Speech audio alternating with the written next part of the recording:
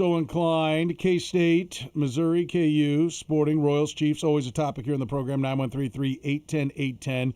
Now we got some Royals baseball coming up for you a little bit later on here in the 2 o'clock hour. Jack Johnson,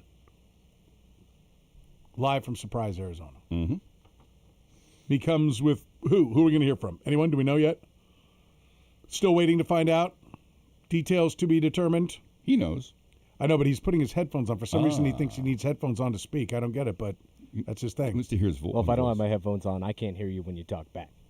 Well, excellent point. Anyways, just looking for who we're going to hear. Also, Jack's going to bring some Walker and some Bailey Falter. And then right now, actually, he's getting ready for Jonathan India and Jack Caglione. Okay. All right. Very good. All right. We'll see what Jack brings. Little Cags. Little Jack Caglione. Yep. Hopefully more frequently hitting the baseball. Yes. Huge part of what the Royals will be this year.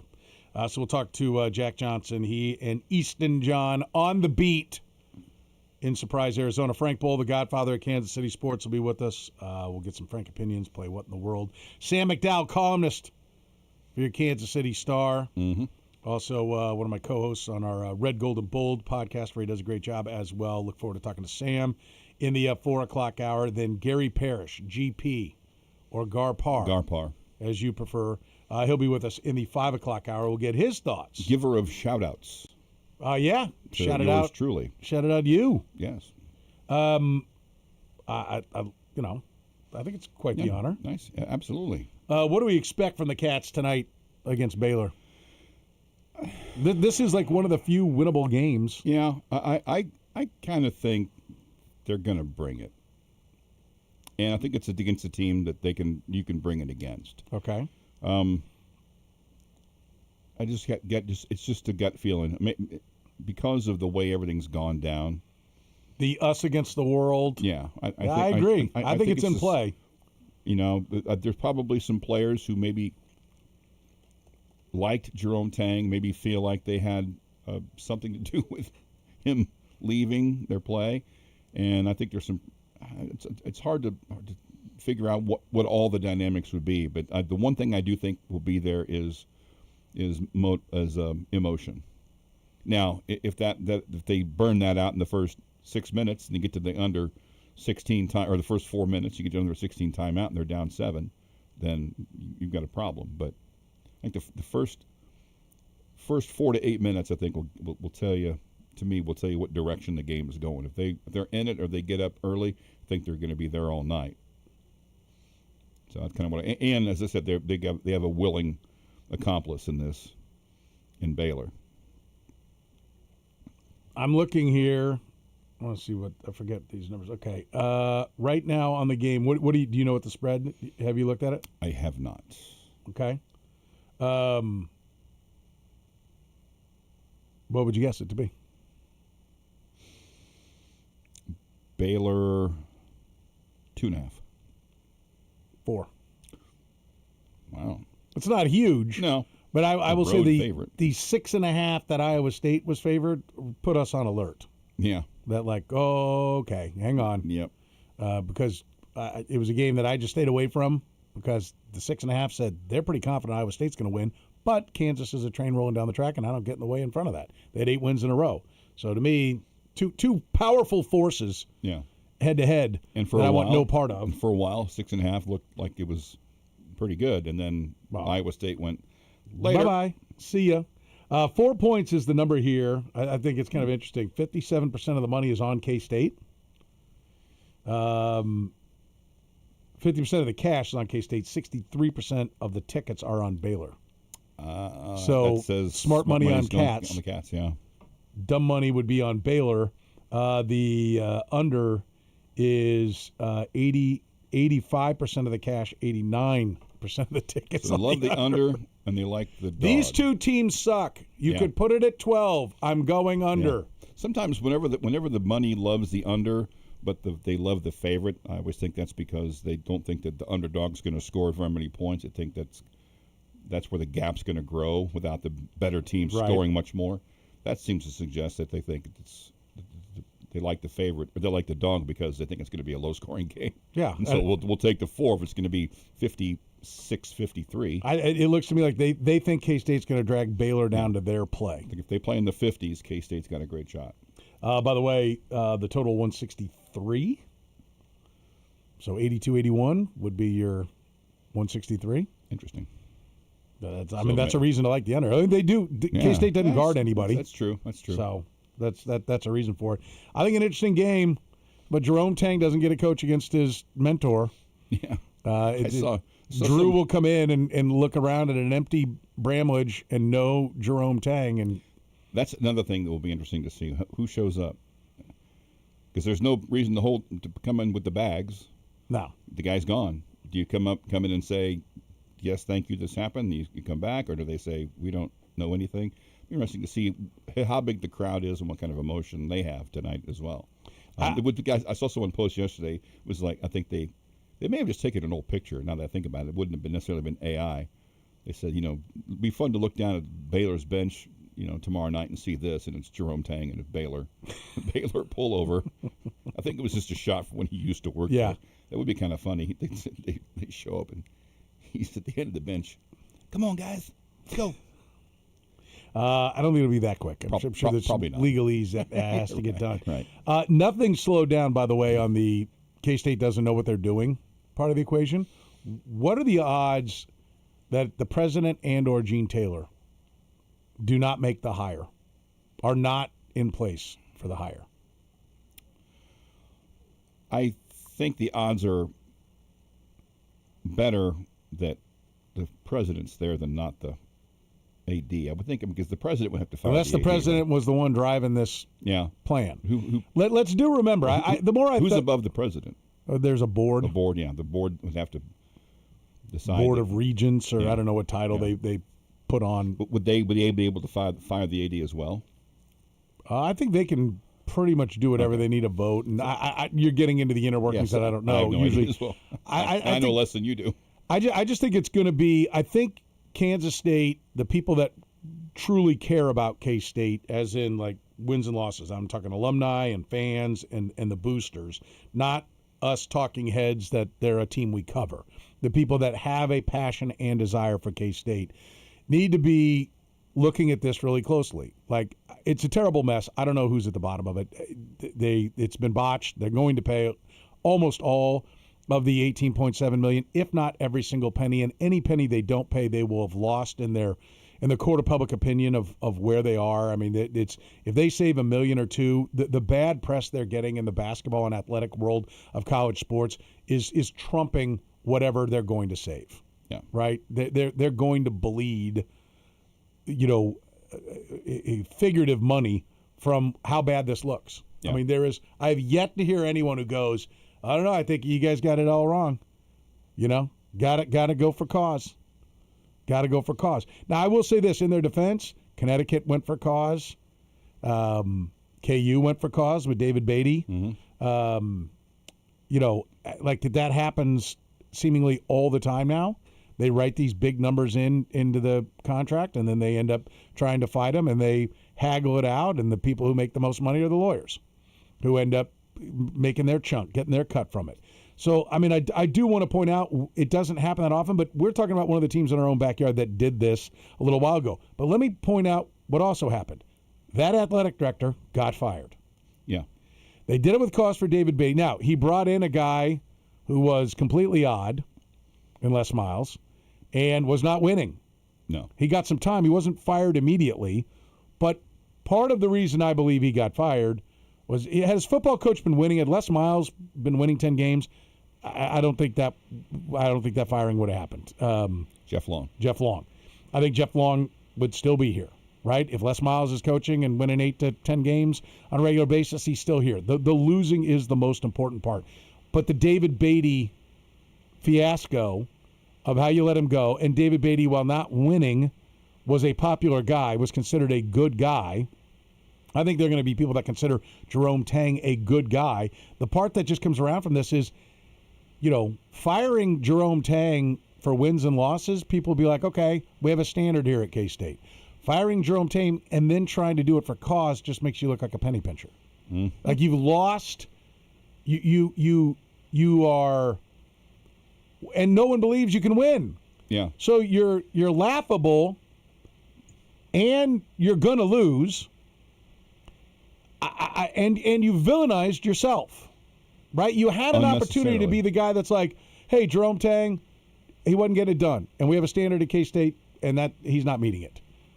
That's not what's going on there, right? Yeah. And so, like they managed to put themselves in a position where they check all the boxes on the wrong side. It's funny. Last week when we had Danny on, with a number of guests, we talked about this. The idea was, if they don't do it, yes, they have to pay some money, but what's the damage to the image and the status of the program if you don't? How Can't long do you afford wanna to fire them, but can you afford not to? And then they did it, and then they still suffered. Yes. The same issue. It's the firing was the thing that was going to keep them from suffering that hit as far as what the public appearance or the public view of the program, and then they did it anyway. And I think what you're going to find, and why I think this might be, it might dribble on a little bit, but then we get firings of other people, is then you immediately took to the nearest media outlet, the Manhattan Mercury, and began laying out why you did it. Why do you feel a need to do that? It's either, one, you can't handle the pressure that's coming your way. Like, I feel bad. People are saying we did a bad thing. I don't like that. I want to try to make people understand why we're not bad people. Well, that's insecurity in your position. Two, the other option is you're like, oh, yeah, this might have been a bad idea. So now you're trying to win over the court of public opinion that, no, this is justified. See, here's why. Like, I don't, listen, I'm all for people talking and saying something. I know that's a thing in this business. Well, I like it because he says something. So many people say nothing. Well, that's great. Listen, that whole shtick in sports radio and in the sports media, they're always going to talk. They're human beings. They want attention. We all do. Like this idea that if we don't celebrate every time somebody says something stupid and make a point to go, well, but at least he said something, like that suddenly no one's going to talk to us. Like, number one, that's not going to happen. Number two, do your job. Like, you don't need, like, if every day I got to find somebody who does something stupid in the local sports scene, then I shouldn't be sitting in this chair. Right? During the normal course of the sports day, there are things to talk about, for God's sake. So, like, this whole idea that, like, well, at least he said something. No! If you're K-State, are you thrilled that, well, at least he said something. At least we got something to talk about. At least he's making a comment. No. They've boobed it up even more. He said, I hate women. Yeah. Oh, at least he said something. He put it out there. He's real. Well, okay, he's fired, but... Yeah, honesty, it's an odd statement. Honesty is overrated, at least in that regard.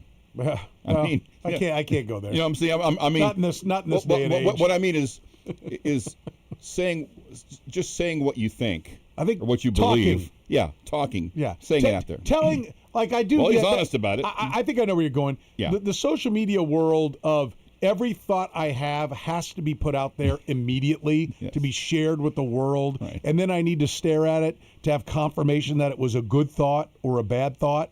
How many likes did I get? Did I get a heart? Did I get a follow? Did I get a resend? Like, no. You can have a thought to yourself. But the people that would say something and then say, well, hey, he's just being honest. Well, if you say something awful, it's the fact that you're being honest about it doesn't make it any better. I think the news cycle is going through. I think only here locally are we still talking about this K-State thing, and I think even we'll drift away from it. Seth Greenberg seems to keep finding shows to Did he again today? I heard something else, and I heard someone go, is he going to just say the same thing on every show he finds? I think he said something very similar to what we heard him say yesterday. Well, I think that is of note how much the coaching community, when Bill Self gives a 1 minute and 42-second answer that we played yesterday, he's put some thought into it. Yeah. And it was a very thoughtful response. Catch it in the, what did we do that in? The 5 o'clock? Yeah. The 5 o'clock hour podcast yesterday in the Need to Know. You can catch his comments there, and it wasn't like, oh, he just talked in generalities. But Yeah. it's, as his comments always are, were very thoughtful and, of course, come from one of the foremost authorities of coaching college basketball. Yeah. But I think it is clear that universally all the coaches and ex-coaches are lined up that K-State's completely out of line. Yeah.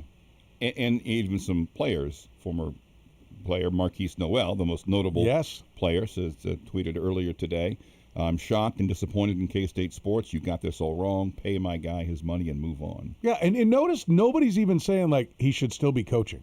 Yeah. That's everybody gets the wins and losses. Yeah. And it's like we talked about with Mark, but this goes all the way back. Remember the Mark Mangino firing? Mm-hmm. And it was like, well, he did. What did they try to get him? He was doing he had guys doing bear crawls on a hot field, and he was working them hard and doing all this. Which, by the way, when he was working them hard and they were winning, nobody minded. Right. You As know, soon as they lost 7 straight, and then they had to get fired. His first losing season, and I'll always state, and he was a big guy. Yeah. Like, he wasn't your ideal face of the program. They had their shot. They took it. This, I think you could have fired him last year because you saw it was going in the wrong direction, and the complete mismanagement of funds, of how they spent a lot of money and he had no roster construction. Yeah, the Coleman Hawkins thing just kind of gets under the radar. I think you had enough there to be like, I don't think he gets the new world. And it's not really his fault. Who knew? Right?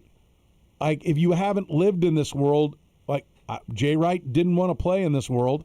Yeah. Let's go hire Jay Wright. He doesn't want to mess with this. Right? Not everybody is good enough. Somebody mentioned Bob Huggins to me coming back to K-State. I'm like, listen, if you want to do it, he was the quote unquote, he had baggage. Now I would say he was disgraced. Okay? Everybody deserves a second chance. I'm the biggest Bob Huggins fan of the guy that you're going to find. Love talking to Bob Huggins. Probably top 5 interview for me of anyone to talk to was Bob Huggins. Absolutely love talking to Bob Huggins. But here's my thing. If you said, well, we're going to hire Bob Huggins because he's exactly the guy to put us right back on the right trajectory, how do we know Bob Huggins can navigate the NIL? Or wants to. Yeah, I mean, I think he probably does. But, like, anybody who's, like, I'll give you Billy Donovan, right? Every time there's a big marquee program, Billy Donovan's going to leave the NBA and come back to college. Do we know he can navigate this? It's entirely different. It may be an entirely different kind of coach that it takes to navigate this landscape. Yeah. And so it's you could have seen that Jerome Tang does not have the right skill set to be a head coach in this current environment. The things that made him special, the things that made him right, the things that helped guide them to an Elite Eight are not the same things it takes to navigate. Do we give this guy $1.1 million, or do we give this guy $800,000, or do we give this guy $500,000? Do we give these 3 guys $300,000, or do we give that guy $900,000? Like, that does not seem to be the skill set, right? He came from a time, he sat on a bench where they had a unique sales pitch with the Baptist faith-based approach to bring us your kids and we'll take care of your kids. And he got high-level talent. And then they would stay until they were ready to go pro or transfer, but not transfer to the degree that we're at now. And they would bring in transfers, and they were able to sift through what they got and eventually build a team. But, I mean, I think nothing's been clearer that they're really struggling at Baylor, too. Yeah, and that's the guy. The approach, that's his mentor. Yep. That group, that coaching tree has not figured out this new era. So what's to say that Bob Huggins' approach – and I will offer you the exact opposite is true. Bob Huggins may be the perfect guy. Oh, good, I can cut out the nonsense. You're good, you're not. You get this much, you get that much. Do you want it or not? He may be the perfect guy. We have no idea because he hasn't coached in this environment. Yeah, and Scott Drew was able to win at what would seem like a much tougher situation when he first got there, and he immediately began to get results, and he would get to the Elite Eight 2 or 3 times, and you're like, wow, he's really got something. And then he builds this kind of powerhouse. They only won the 1 title, but they were a number 1 seed 3 consecutive years. You would have never imagined they'd be sitting there at 3-9 this closely. They won it in 21. That's 5 years ago. And we have also seen Arizona come in, Texas Tech inject money and a new coach into their program. Yep. I mean, Houston. the water is deeper. Houston. Rougher. And one of the players Yeah, who and Houston, was leading absolutely. Houston last year was the guy that did play for Baylor, L.J. Cryer. So, well, you would have never thought 3-9, but that's. I mean, this is a guy who took over a program that a guy murdered a guy, and he turned them around, and he's having a hard time fighting his way through this thing. It's not surprising that someone like Jerome Tang, whether he had any connection to Scott Drew or not, would be struggling. Guys have much better track records than Jerome Tang have stumbled through the first few years of this NIL transfer portal thing. 913-3-810-810. We'll take a break. We'll take your phone calls. Jim, you'll lead us off. We're going to get to Jack Johnson a little bit later on, so if you want to grab a line, grab it right now. 913-3-810-810.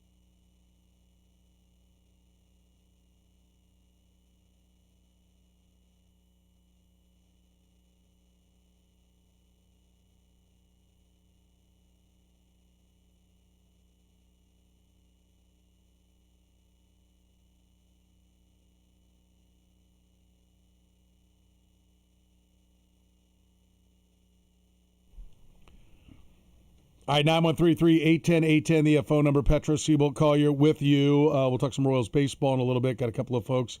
Left a lot of people hanging yesterday. I want to talk some K-State basketball and the Jerome Tang situation. 913-810-810. We begin with our buddy Jim. You're in the program. Jim, what's going on, bud? Hey, guys. Thanks for taking my call. I want to talk just briefly about the end of K-State's season last year because I think it's relevant. On January 25th, they beat number 3 West Virginia, and then they beat 4 more ranked teams in the last 5 weeks of the season last year, including a win at number 3 Iowa State and a win at home against Kansas State. So the point being, Jerome Tang isn't that far away from having a pretty good team. I get it. People were disappointed with the way last year ended, but they had a really good team at the end of the year, and he was very competent then. So, and I think it's important to point that out because I think it makes what they did even look more ridiculous. And I think people forget what happened at the end of last year. You called the K-State administration penny pinchers. I completely disagree, Soren. You're being way too nice. They look petty. They look petty. They look weak. Hey, guys, this is big boy sports, okay? Big money involved. You got into a contract. Now you want out of it because you're babies. You look weak. And what's worse for me, and what makes this I'm an alumni, makes this by far the most I've ever been embarrassed by Kansas State University, they look dishonest. Everybody knows this is a sham.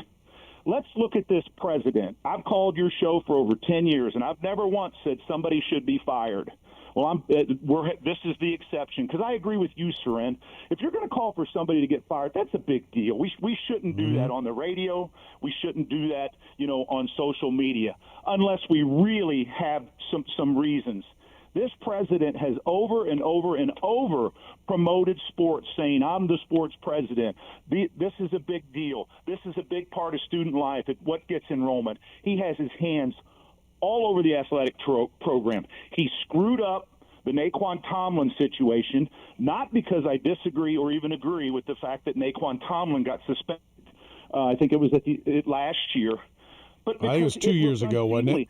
2 years ago? Yeah. But he was in on that. It looked unseemly. It looked like a circus. You remember this decision-making process of that? Yeah. He signed off on Jerome Tang's contract, and then he was completely involved in this sham. And what brought me to this was Kurtis said, this is historical. I don't remember ever a K-State coach getting fired mid-season. I mean, it's a big deal. And to be fair, what should they have done? They should have said, guys, we signed a bad agreement. Here's why it happened. Here's why it's not going to happen again. Here's what we're going to do about it. That's what real people do.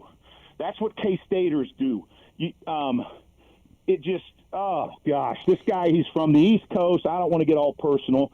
He's one of these resume builders, moves from job to job, whatever. He'll leave, and we'll have to clean up the mess in Manhattan. But, when's football season coming? Yeah, I know how you're feeling, Jim. And thanks for the call, buddy. I appreciate it. I think you got some good stuff there. And go ahead. So, by the way, I just checked. This is the first time Kansas State has ever fired a coach in the season. Okay. I think let's keep in mind that they have gone on the record as saying they offered him the opportunity to finish out the season. The definition of cause is you're firing somebody because they have basically blown up the job, blown up the school. They have done something that's so bad that they must go right now. Like, cause is not an eeny, meeny, miny, mo. Yeah. It's not we don't really like it. Cause is something has been done drastically wrong. And I don't know. That's a great point. I don't know how you could possibly stand in front of a judge and be like, well, he had to go because of what he said. I mean, we heard the blowback. We couldn't have him there. So then why did you offer to let him finish out the year? If it's so bad, he must go, and he must go now. He was so concerned with putting the onus of his departure on Jerome Tang that it sounds like he said the quiet part out loud. Yes, exactly. Jared, you're in the program. What's going on, Jared? Hey, thanks for taking my call. First-time caller. And this is more about Jerome Tang, the coach. I look at it, it reminds me of Charlie Weiss and Tom Brady.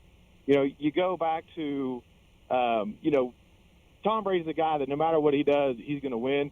You go back, I call our Tom Brady Marquise Noel and Keontae Johnson. Yeah. So Tang comes in there. He's got two great college players. They played super well together. One of them he brought in. Yeah, and I agree with that. But I guess my point is that you had two guys that ultimately are going to win no matter where they go. And I think that Jerome Tang was at the end of the day the benefactor of that. And I think that had a lot to do with his success. Was those two guys, similar as Charlie Weiss, he goes out there and tries to do it on his own, and he can't do it. And I think Jerome Tang, in a weird in a situation that you had players that established or were able to play at a level that they could do themselves, not necessarily themselves completely, because Jerome Tang is a coach and I get that. But I just really think that those players at that time, it was a good experience, a good time. And I think now is exposing how good they were and, how Jerome Tang really can't manage it and, has not been able to do anything even close to that since. Yeah, I'm with you 100%. And obviously inheriting Marquise Noel was the most important part. And, Jared, I'm going to let you go because we need to run to surprise here in a minute. But Marquise Noel was the glue. I mean, we heard it yesterday. Fitz told us that in the 5 o'clock hour. K-State fans, if you missed that, another reason to go listen to the 5 o'clock podcast from last night at 810WHB.com. And he said, Marquise Noel was the guy that really regulated in that locker room. And he was the guy that had it all going.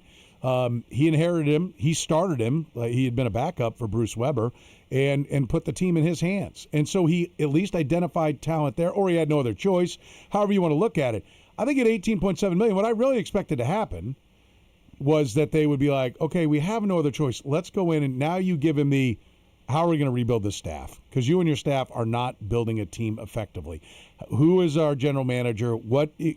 How are we identifying the talent? How are we putting it together? We've got to look at doing this differently and try to equip him and give him another shot to come back. There are definitely strengths for Jerome Tang. But if that's hey, that's not what we do. We're paying him a lot of money. He's supposed to have that all figured out. Then fine. Then you move on, you pay the money, and that's it. It's that simple. The program with Soren Petro. I just answered this question. I feel like I'm asking a different question. Well, give me the same answer. Okay. Weekdays from 2 to 6 on Sports Radio 810 WHB. All right, listen up. Concrete season is in full swing, and asphalt and paving is starting in mid-March, so now's the time to get your property on the schedule with my friends at Gann Asphalt and Concrete. One contractor, all things parking lot.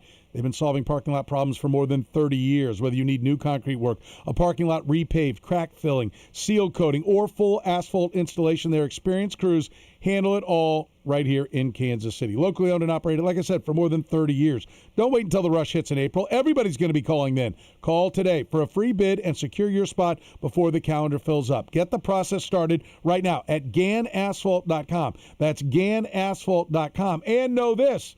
If you are looking to join a great winning team, you can join Gann Asphalt and Concrete. They are hiring. They're looking for experienced asphalt and concrete paving foremen, operators, and laborers. If you're looking for a trusted company who offers top-of-the-market pay, company-provided insurance, PTO, and many more benefits, find out more at GannAsphalt.com/careers. That's GannAsphalt.com/careers. You can join one of the best teams in Kansas City, Gann Asphalt and Concrete. One contractor, all things parking lots.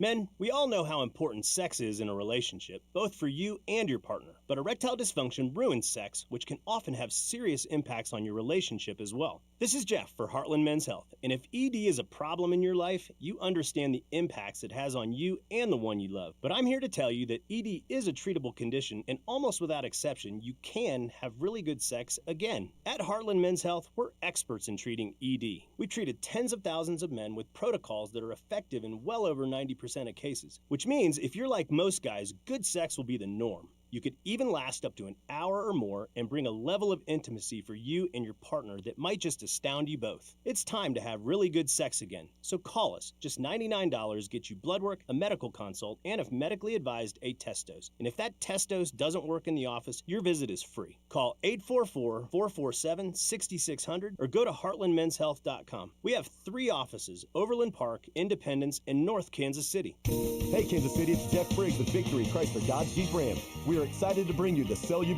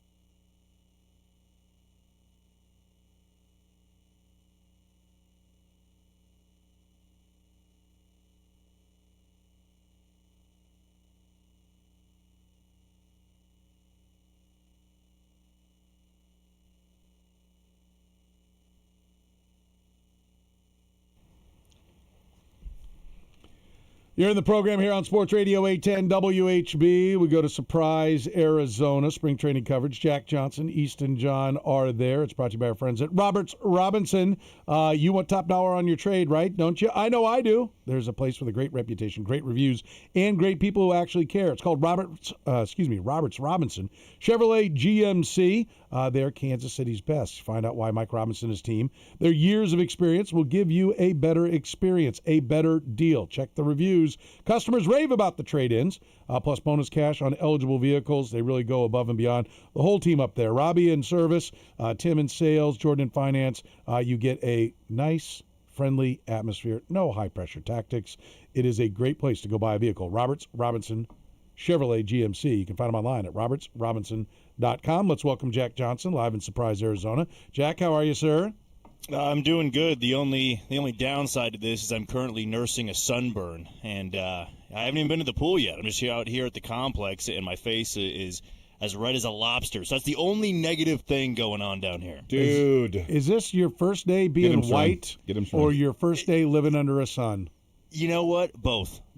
And I know when I was down here with you, I'm pretty sure I got burned pretty bad because I never put on sunscreen. What did I tell you? I said you are did. You gave me the advice. I didn't listen. I said you're at altitude, first of all, which puts you closer to the sun, which does matter. And it's not as hot as the blazing sun of July, but and if you don't think so because you're not out at home and you go out there all the time. I've been told it isn't so much the distance of the sun, it's the difference in the atmosphere. Whatever. Atmosphere is thinner and the rays pop in, but it is a real thing. Trust me. You think it's my first time. I have a picture of my face. It looks like I'm a salmon. This is your third year there, and you went with me the first time who told you and made you put on sunscreen. Yes, that is true. And the way when I woke up this morning, because it was cloudy yesterday, and I tried to act like, how did I get burned? It was cloudy yesterday, as if it's the first time it's ever happened to me, which is not true. I just never put on sunscreen. It's bad. Oh, my God. Well, when you get back, we'll take your driver's license. Yep, that's fair. That's a fair trade-off. I believe if you are – how old are you now? I'm 26. 26. I mean, I don't know. Definitely at 30, I'll take your license. Like you can't drive. Fair for at least compromise. A month. But 26, you're still kind of a meathead. Yeah, but if you're old enough to get cheaper car insurance, you should be old enough. If you're old enough to rent a car, you should be old enough to not get sunburned. There you go. That's better. And I did. I did that, and I did that flawlessly. But instead of going and buying a $5 bottle of sunscreen at the gas station, I elected not to, and I'm paying for it today. Is Easton burnt?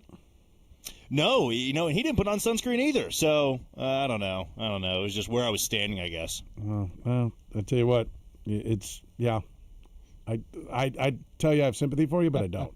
I'm a moron. Yeah. This is my fault. At least you're owning it. Yeah, I do appreciate that. That is nice of you to just go ahead and wear it. All right, what do we think here? Is this team going to be all about pitching? Or is the batting? Let's talk a little hitting, and then I know we're going to hear from some of the pitchers. But how much we mentioned they were only 8 runs ahead of the worst team in the American League Central, which was unbelievably the Guardians, who won the division as far as runs scored. But they were 107, 108, something like that behind the Tigers. Jack Caglione. I know you're going to talk to him a little bit later. Maybe we'll hear from him tomorrow. How much optimism is there that Jack Caglione is going to swing the bat and actually hit something?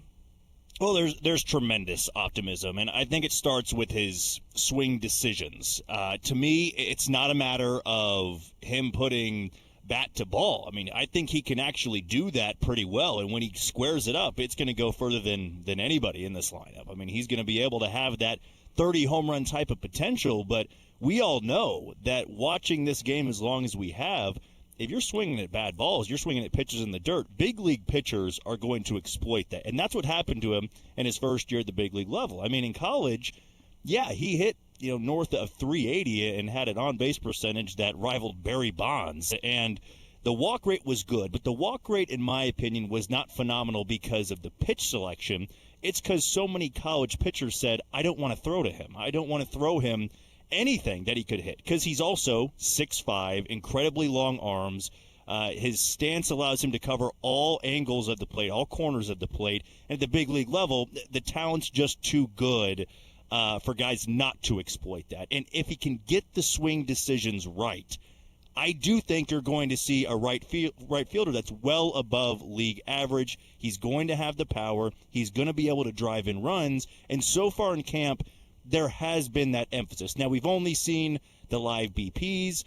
Mostly these pitchers are doing side sessions right now. But in the limited time I've seen him out there, he's either been attacking first pitch when it's a hittable pitch, and I've also seen him work the count a couple of times where he's been in unfavorable counts, 1-2, 0-2, and he's able to lay off those high pitches and also lay off the pitches in the dirt. Yeah, that's going to be key. Moneyball's conclusion was your ability to take a walk is set by the time you get to college.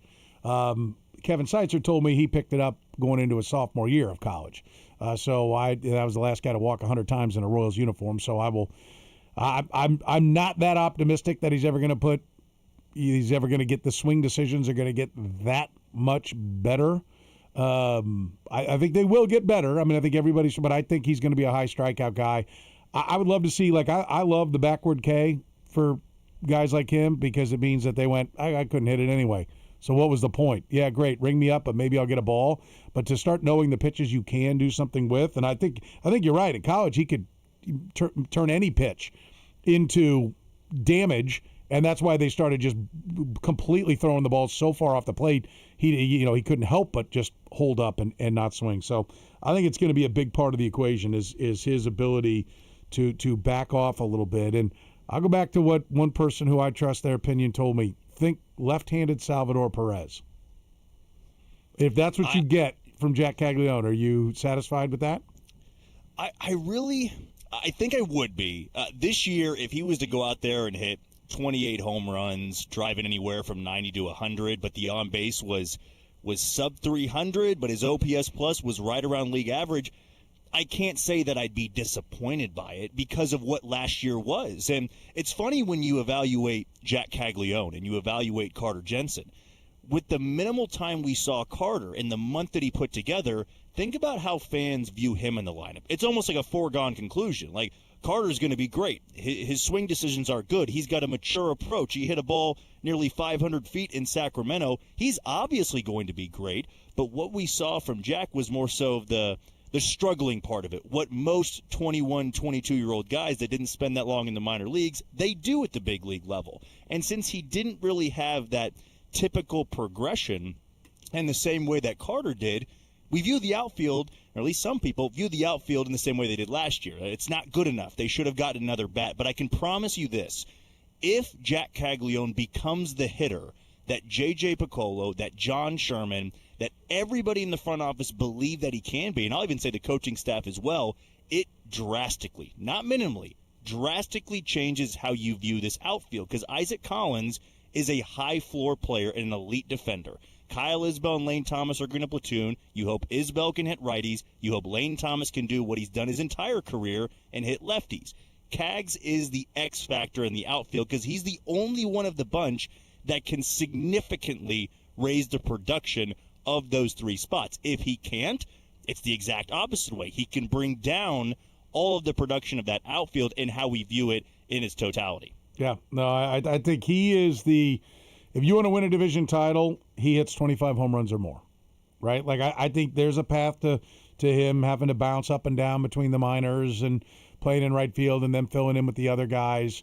And you can be a wild card. You can get there as a wild card. But if you're going to win the division, Jack Caglione solidifies right field. He doesn't go down, and he hits a minimum of 25 home runs. I mean, I think that's, I'm not putting all that on his shoulders because it's not all on his shoulders. But I think there are a lot of other things that you can count on. And so if that piece comes in, lineup elongates, there's a threat, he works the pitcher that much harder because they fear his power. I just think that's their path to winning the division. Absolutely. I mean, you look at the outfield last year, you even look at what Jack did individually. I want to say he ended up with maybe it was 7 or 8 home runs, and one of those was against a position player against Toronto, one of the final series of the year, so we can take that out of the equation. But then with the fences moving in, if you go back to all the balls that he sprayed around the outfield, I want to say it added about 5-ish home runs to his total, and you look at that and you say, all right, it's 12 home runs, 13 home runs, but also think about the struggles he went through. Think about the hamstring injury he dealt with in that series against Cleveland that set him back. So if you're talking about the struggles, missed time, and he would have hit 13 home runs with the new dimensions at Kauffman Stadium. Now think about how realistic 25 sounds if he's able to play 140 games, 150 games, he doesn't go down. That should be very doable for him based on what every scout has said about him, every big league reporter of. It's undeniable. I mean, he's 6'5", 230 pounds, and looks even bigger than he did last year. And if he can be that bat, I mean, the 5 and 6 hole in this lineup can change how you view the Royals. Yeah. And I look at the American League and I say they got to win the division, because I look at the American League East. We know Toronto's probably going to make it. We know that Boston and New York are favorable teams to make the postseason. And now let's count Baltimore back in this conversation. They've had an aggressive offseason. They're due for a bounce back. You add in all those teams for the American League East, there's not many opportunities left for the American League Central and the American League West. The goal has to be the Central. I'm not sure you want to play the odds of, let's see, if we can get a 7 seed, just sneak in. We'd be satisfied with October baseball, but this team needs to shoot much higher of getting a first-round bye and also being set up for a deeper run in October. All right, let's talk a little bit about the pitching. Jack Johnson's with us live in Surprise, Arizona. We've got the extra complication of the World Baseball Classic. Michael Wacha, I know you talked to him. He's one of the guys that's trying to get ready for the season, but also get ready for the World Baseball Classic. Yeah, he's one of those guys, too, that will have more of a unique experience because he's not going to Team USA to start. He will be out of the bullpen, and I asked Wacha what's in store for him as we draw closer to the WBC and the regular season. All right, down here in Surprise, Arizona, Royal Spring Training, talking with Michael Wacha. Now, Michael, I know it's going to be a little bit unique of a spring training for you here. You're going to have to get built up. You had to go pitch with Team USA. What's it going to look like for you over the next couple of weeks? Yeah, that's the thing, is getting built up. Main priority is getting built up for the regular season for the Kansas City Royals. But, yeah, also got that Team USA deal kind of smack dab in the middle of it as well. But, yeah, talking with our staff here and getting that build-up kind of schedule, it's going to be very similar to kind of what I've been used to in my past build-ups as well. So, just excited for that opportunity to get out there with Team USA and, try to go make a run at it for gold. So, yeah, definitely excited about that. Excited for the ramp up and, getting going there. This was a situation we saw back in 2023 as well with Brady Singer, who was coming off a great 2022. Then he goes to Team USA. He pitched out of the bullpen and gets destroyed in his one and only outing out there. I will say this, I'm not as concerned that Wacha's going to struggle with getting back to the Royals and then pitching in the regular season. You've got a seasoned vet here. He knows how to build up. He knows about his limits in going from the rotation to the bullpen. And truth be told, I'm not just saying this, I'm not sure we're going to see a severe regression early on just because Wacha took the opportunity to pitch for Team USA. Yeah, I don't know. I'm not sure we aren't, though. I mean, he just talked about building up for the Royals, but then he's going to turn around and be a reliever. I think it's going to be a little tricky. I think it's something that's worth watching for sure. We'll see if he can pull it off. But, I'd feel better if he were starting and they were going to go 3 or 4 innings. My assumption is he's going to, none of the starters are going to go that long, so he's going to go 2 or 3 innings anyway. And so hopefully it'll look a lot like what his early spring training starts would be. But I think it's a little tricky. We'll see. All right, depth. They have pitching depth. I know one of the guys we mentioned, kind of the afterthought is Bailey Falter and how he's going to fit into this team. How do you see him fitting in? Since it doesn't look like it's going to be one of the 5 starters, where's his role in this team? Yeah, he's going to have a strong camp. He's out of options. That means he has to make the team or then he'd be DFA. Daniel Lynch is another guy who has minor league options. They still want that other left-handed reliever in the bullpen next to Matt Strom. And there's a couple of new coaches to this staff, one of them being Mike McFerrin replacing Zach Bove for the pitching staff. And I asked Falter how his experience with the new Royals assistant pitching coach Mike McFerrin has been like so far. It's been awesome. Got to talk to him, pick his brain a little bit at the Fan Fest in Kansas City. So these guys are awesome. I like how they get to know you as a person before the players. So that was really nice talking to him. But he's actually I've thrown 2 sides so far. I got a live BP today. He's been working with me the whole time just because Brian's very familiar with me. So he's liked what he's seen, and I've liked everything that he has told me. And I think we've been working really well together for this short amount of time. So I'm excited to see what the rest of the camp has. Yeah, he had the opportunity to face Bobby Witt Jr. today, Michael Garcia. Stuff looked pretty good, has a little bit of that rising fastball, and I really didn't take away anything too much where it was super explosive. Also wasn't as poor, but overall I thought it was a good start to camp for Bailey Falter. Okay. It's going to be interesting to see where they find a spot for him if they do. I mean, I think he could be one of the pieces that's traded not as like the centerpiece, but as throw in, or maybe it's just a trade for some minor league depth since they have as much pitching depth if everybody else looks healthy. That's one of the things we need to keep in mind. Jack, great stuff. We appreciate it. We'll talk to you again tomorrow. Of course. Sounds good, guys. All right, Jack Johnson, Sunburt in Surprise, Arizona. We'll see how he does tomorrow.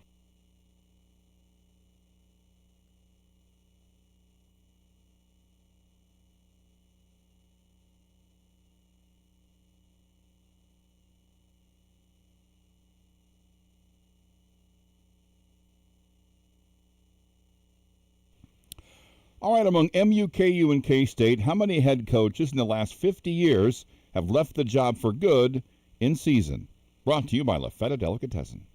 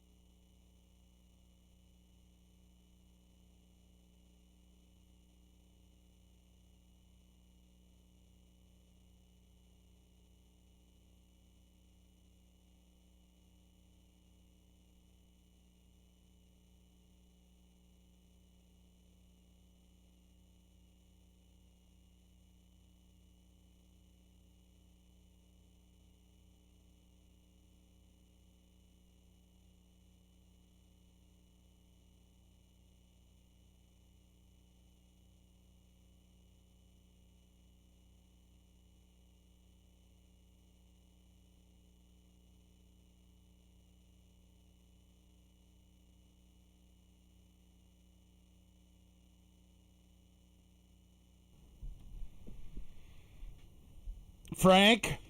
Soren. Kay. How are you, buddy? Kyle. Great. I'm good. Frank Bull, the godfather of Kansas City sports, is with us. We'll get some Frank opinions coming up a little bit. Play What in the World. Frank. Yes. You got anything you want to add to this? If it's the biggest story here of late. Jerome Tang. To the Jerome Tang festivities. I think he's got a pretty good case about getting all his money. He'll probably settle somewhere, but he's gonna get the vast majority. Why of would you money. settle if you were him? Well, I don't know. I just think maybe so it doesn't drag out so long. And if he does want to work again, which he's going to have a tough time getting a head coaching job again. But he was a long-time assistant. I could assume he was a good assistant. Sometimes you just rise to the level of your incompetence, and maybe head coaching was his incompetence. So we'll see. But if he wants to, he should get this cleared up as quick as he can. If he doesn't care about that, doesn't care about coaching again, then drag it out as long as you can. Why Get as many dollars as you can in order to carry you through life. Why would he have to worry about coaching again? Because I just think the post game press conferences probably didn't look too good to another university. I just think they're thinking it's just a fiasco. He didn't coach very well. He had all Bruce Weber's guys when he made the run, and then all of a sudden they were gone, and he didn't do too well the last 2 years. So. And he hasn't done well lately, that's for sure. Well, no, I don't think he's going to get a Power 5 job. No. Regardless of what he does. So that to me is all the more incentive to go for it all. Well, yeah, but still. I agree with you. I don't I think would go for it all. Yeah. Listen, I think the tone of conversation that he had with his lawyer was very clear in the tone of the tweets that his lawyer was putting out yesterday, which was saying things like, regarding K-State, it seems to me that making false statements and innuendo about a head coach for the specific purpose of avoiding a school's buyout obligation would constitute, quote, actual malice. Kansas State is embarrassed because of its win-loss record, made worse by the ridicule of bag-headed fans. But that's why head coach contracts allow schools to move on by firing their head coach, quote, for convenience, and paying their buyout. That's not grounds for termination, quote, for cause. That is not a guy who's spoken to a client who's like, listen, if we could just ease through this real quick and get me a couple of bucks on the way out the door, I'm good. That is, I agree with you. And you don't hire this guy unless you're headed for battle. Yeah, right. The lawyer wants his, pound of flesh as well. Okay, so the higher the settlement, the more money he gets anyways. I think the lawyer is so good I think he's considered to be one of the best at this. Mm-hmm. He doesn't take the job unless he knows he's going to lay the beat down on somebody. I mean, what I'm curious is, I don't know enough about lawyers. You talked to one. I've had lots of fun with lawyers. What do you want to know? But I love them. I give them money. I am the one guy to tell you, I love them.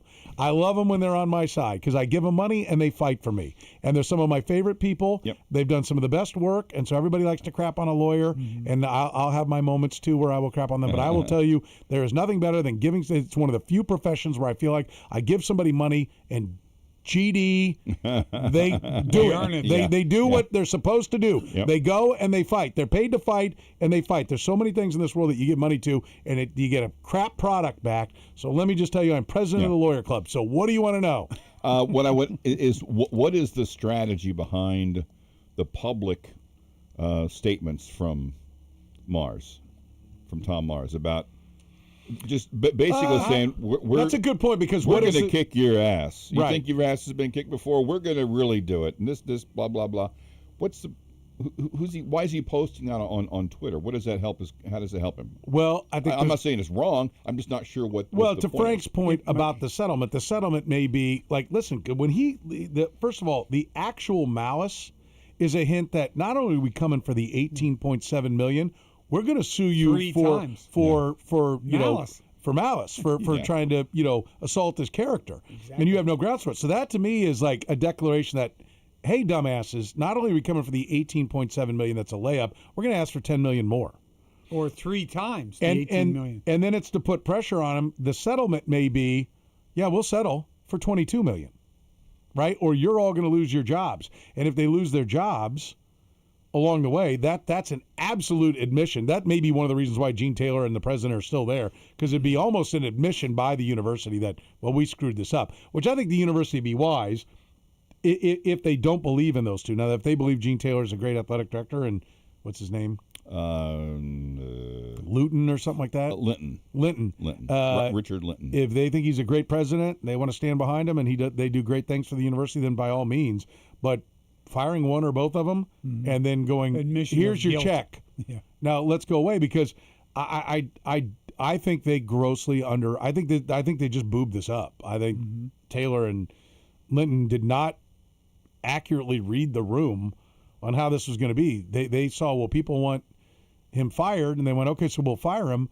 But everybody knows the game. I think they underestimated how knowledgeable fans are, and certainly how knowledgeable K-State fans are, that they understand the buyout and they understand the cause part, and they know that you're just trying to, you're just trying to weasel out of it, right? I mean, he was your hire, he was your extension. Terminate him, admit the mistake, and move forward. Just go. And I think also you look like boobs. And if they get him to settle for $5 million, or a judge rules to just give him $5 million, they're going to look a lot better. But everybody in the industry thinks that they are going to just get crushed on this. Yeah, and it makes K-State look bad too. Who wants the job? Gene Taylor comes to you and says, "Hey, would you like to be our head basketball coach? Power 5 conference team." I'm not working for you. Well, number one, what you did to Jerome Tang. Number two, how long are you going to be there? How long before another AD's in there chomping and banging on my door? Tim Fitzgerald said he's made it pretty much known he's going to retire within a year. So so you're going to take a job from a guy who's not even going to be the guy you're reporting to? Yeah. I think he's next. Who reports to a president who already got sideways with the previous head coach about what was it? What I don't even remember what was the deal with Naquan Tomlin. I don't remember either. Like they paid him and he was on the team, then he wasn't on the team. I don't even remember. I remember it was a big deal. I remember we were talking about it for a couple of days, but I don't even remember what the bit was. But it harkened back to the pulling a receipt out of the trash on, on Frank Martin's guy back in the day. It's like, what are you doing here? Whose side are you on this thing? And so I know at that time everybody was on Jerome Tang's side because Jerome Tang was coming off an Elite Eight. Yeah. And, is this personal from that? Because Tang made it pretty clear that he was frustrated. And then they turned around and gave him another deal. Yeah. So. But they don't, I don't think they give, I'm not sure how much money they give to the basketball program, the team, in order for NIL. Well, we don't know where that is. It doesn't look like it's good. Well, no. Well, where it's been has been very good. Yeah. The results have not been good, but the quantity of money that they have given, I think that's the main reason he's not here. They've given him plenty of money to have a competitive roster, and they suck. Like either the roster's got talent and he can't bring it all together. I thought, he's paying the wrong guys, and he exactly, or he's not putting a team together. He's just grabbing just grabbing parts. He's not building a car. He's not coaching. Right? Like, okay, I've got 3 post players and no point guard and 1 guy who can shoot. Okay, that's a problem. Okay? So you got to, I'm dumbing it down to the nth degree of grade school basketball to make the point that you got to have a big guy and you got to have a shooter and you got to have a point guard and all those kind of things. But I'll go back to something Jim said. And Jim pointed out that, they did have some good wins down the stretch at the end. I mean, who knows what he might have been able to do. Now, I think this thing had come off the rails and this year was a lost cause. But so I think there's plenty of grounds to fire him on wins and losses and say he doesn't know how to build a team. Yeah, but you've got to give him his payout. I mean, you wrote the contract, and you just pay the contract, bite the bullet, pay the contract, and move on. Yeah. Goes back to his second year at K-State. Yep. Before the season, Tomlin was arrested in Aggieville for disorderly conduct, brawling, or fighting at Tubby Sports Bar on October 29th. The day after the arrest, Tang announced he had suspended Tomlin indefinitely, but said he was still part of the Wildcat team and family. By this time, he had not played. And then in midseason the next year, he transferred to Memphis. So, people were going to games with free Naquan T-shirts. Well, listen, I don't know what your policy is. Free Quan. The students chanted free Quan. He must have won that fight. I remember there was some like, hey, what started the fight, and did the guy who he got into it with have it coming or not? There was all kinds of things about that. I mean, but I just remember very distinctly that Jerome Tang and the president were not on the same page. Right. That it was the president that was running that part of the equation, that Naquan Tomlin wasn't going to be back. If you're not all on the same page, it's going to be rough to work. Now, according to Tim Fitzgerald yesterday, he had done a really good job of working with the money guys and had plenty of money. And just, we know at the end, who was the kid at the Hawkins? Yeah, Coleman Hawkins. I've got a couple $1 million or something like that at the end. And they're like, I asked Gene Taylor, well, hey, that didn't work so good. And he's like, well, he learned his lesson. He's going in early, building a team. And, that when you wait late, sometimes you end up overpaying. You can't have a hard and fast, we're going to sign everybody early or we're going to sign everybody late. I think you try to do early to build the team, but you need some reserves in case, like, okay, here's a guy and he's really good and all the other seats in the carousel filled up. We can get this guy for a reasonable price. Yeah, Let's go get him. We need more money. But that takes experience of having been and watched how the market works. And frankly, I don't know that the market even knows how it works right now. Every year's probably been different. And, there's an element of, I feel like if Jerome Tang was your guy, you probably should have just worn it and stayed with him and tried to rebuild his staff with people that have a better feel for it and said, okay, we're going to give him one more year. I mean, once he got the right players, he proved he could coach a team if he's got the right players. The part that he hasn't proved is that he knows how to get the right players in this era. But they're not going to get the money. They look silly. And you've got a new football coach you're trying to get everybody around, and now everyone's going to be like, oh, Gene Taylor's going to be out there talking to Colin Klein, and it's going to be half negative because it's going to be, well, there's Gene Taylor. Wonder what he's doing there with Colin Klein. Yeah. And so...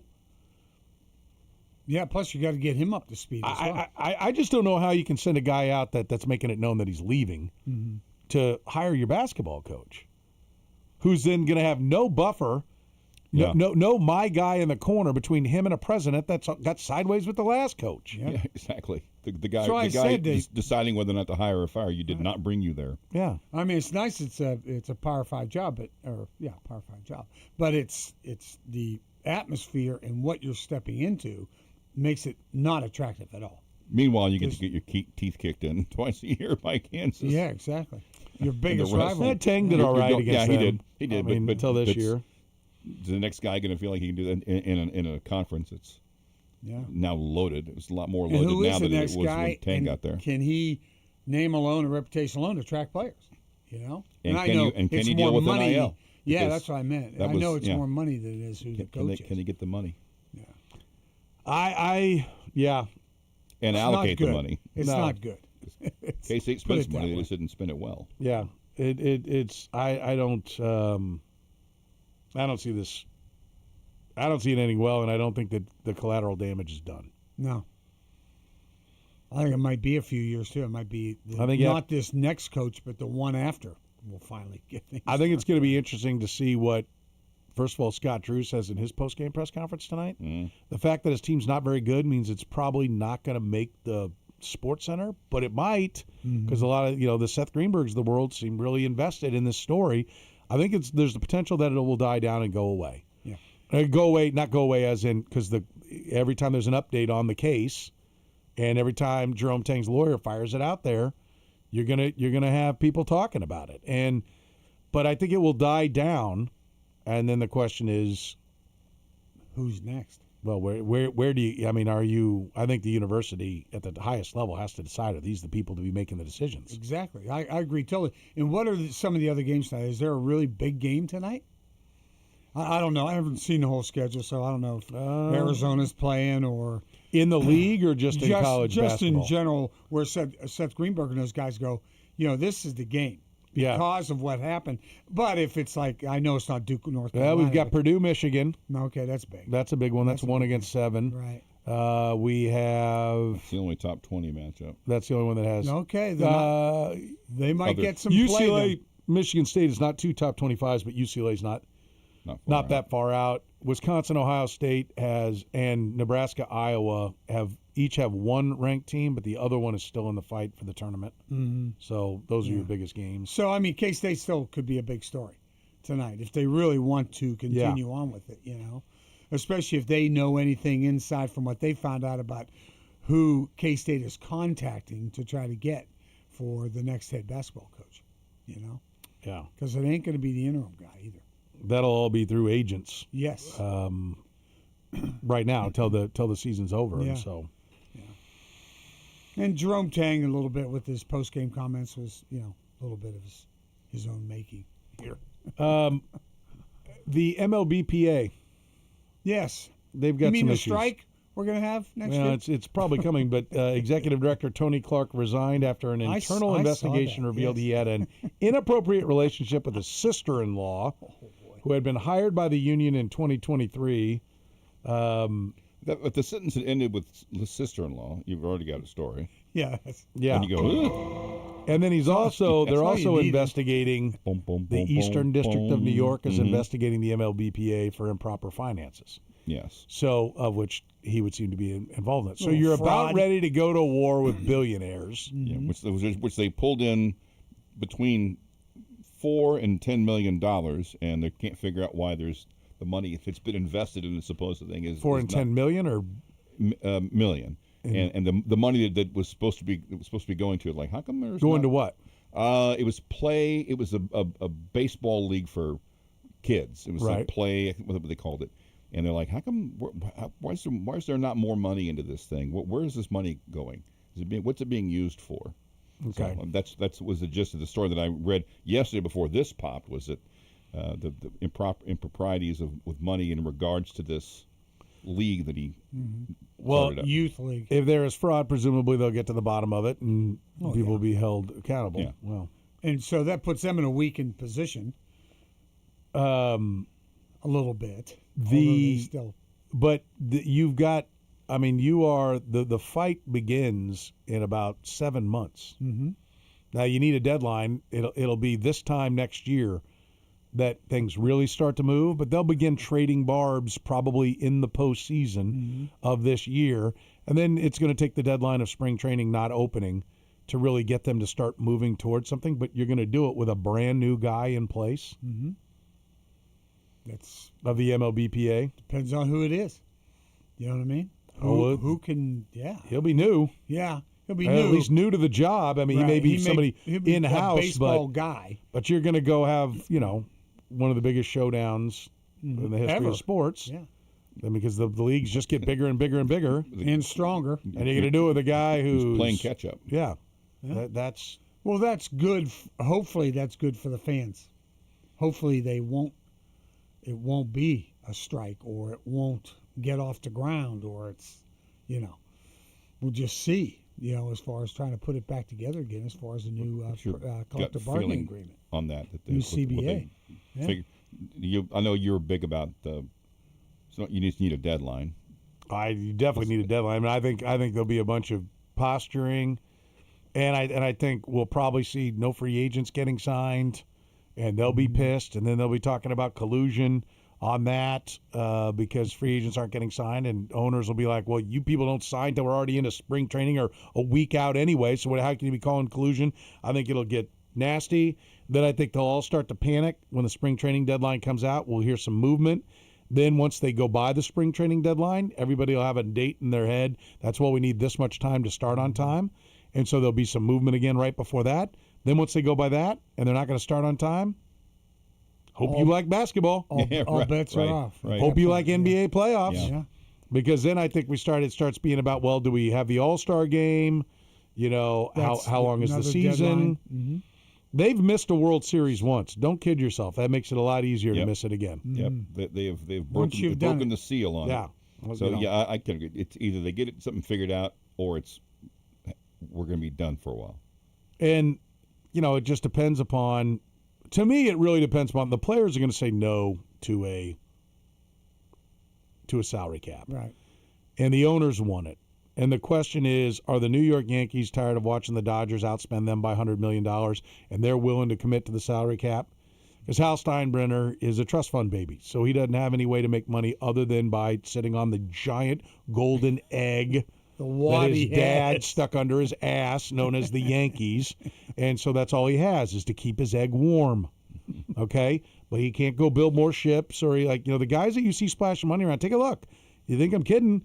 It's the guys who are self-made. It's the guys who made their money. And when the kids take over, they're cheap bastards, period, end of discussion. And if I'm wrong about you out there, sorry, guilt by association. Yeah. Okay? That is the overwhelming trend. You think George Steinbrenner would have sat around bitching about how much the Dodgers are spending? Hell no. He'd outspend No. them. He would have just kept spending. So I'm not going to be number 2 at anything. You're in New York City. Right. You don't like the tactics they're taking because basically your net worth is whatever profits you can make from the Yankees and however much their value goes up. And it goes up every year. And so it goes up every year, but you could lose $20 million along the way. Oh, yeah. Sure. But $20 million for that is, that's a drop in a bucket. Losing $20 million. I agree, but Frank, rich people, and especially rich people who do not their like to lose richness money. is derived only from the incubator they were placed in. Let's find a good way to put there it. You go.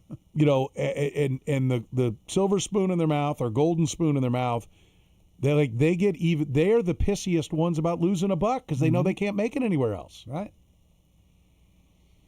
Yeah, the people who created it, they know they can go make it somewhere else. Yeah, this whole thing will come down to, what is it? Is it 24? Are 24 owners down for the fight? Yeah. That's what it comes down to. That's what they need, yeah. Because I think that's what the vote is. Is it 75%? Is it 75? Or is it I need to look that up. And I know just the people to call, but I can't call right now because I'm on the air. Oh, call them. Turn your mic off. 22.5 is what you need for 75%. And if it's 70%, that would be 21. So it would be 24 or 21. Well, there'll be a lot of teams will vote 23 or 21. Oh, 22.5 is 75%. Okay, I think it's 23 was the other way. I need to look it up. But do they have that many owners that will stand their ground? Yeah, they should. Those owners should, because obviously you're talking about 2 or 3, maybe 4 teams in baseball. And then the rest of you are sitting there getting your butts pummeled every year. Well, and it makes me wonder if the Dodgers done everything they've done because they know that the salary cap is coming and that they're standing alone. Or to me, I think you have the Dodgers and the Mets. And then there's nobody else that seems to be like, it doesn't matter what they it don't costs, want I'll in do there. it. Yeah, right. So Exactly. I think, that they should have plenty of votes. The question are the Cubs, who are cheapskates. That's what we hear from everybody in Chicago. So I think they'd probably be down for the cap. The Cubs, the Angels, Boston, even the Boston. Red Sox. All the other they're Phillies, tired of getting beat up. Yeah, all the other big markets that if they're at a point that they're like, we can't keep up with these guys, and it's out. I don't like that they have an all-star lineup. Yeah.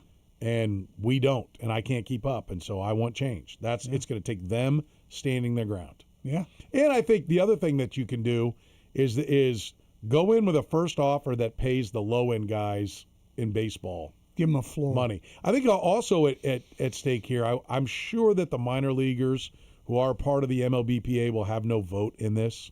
I'm sure they're, hey, yes, you've got the power of our union behind you to help get you better conditions, but I don't think they're going to have any votes.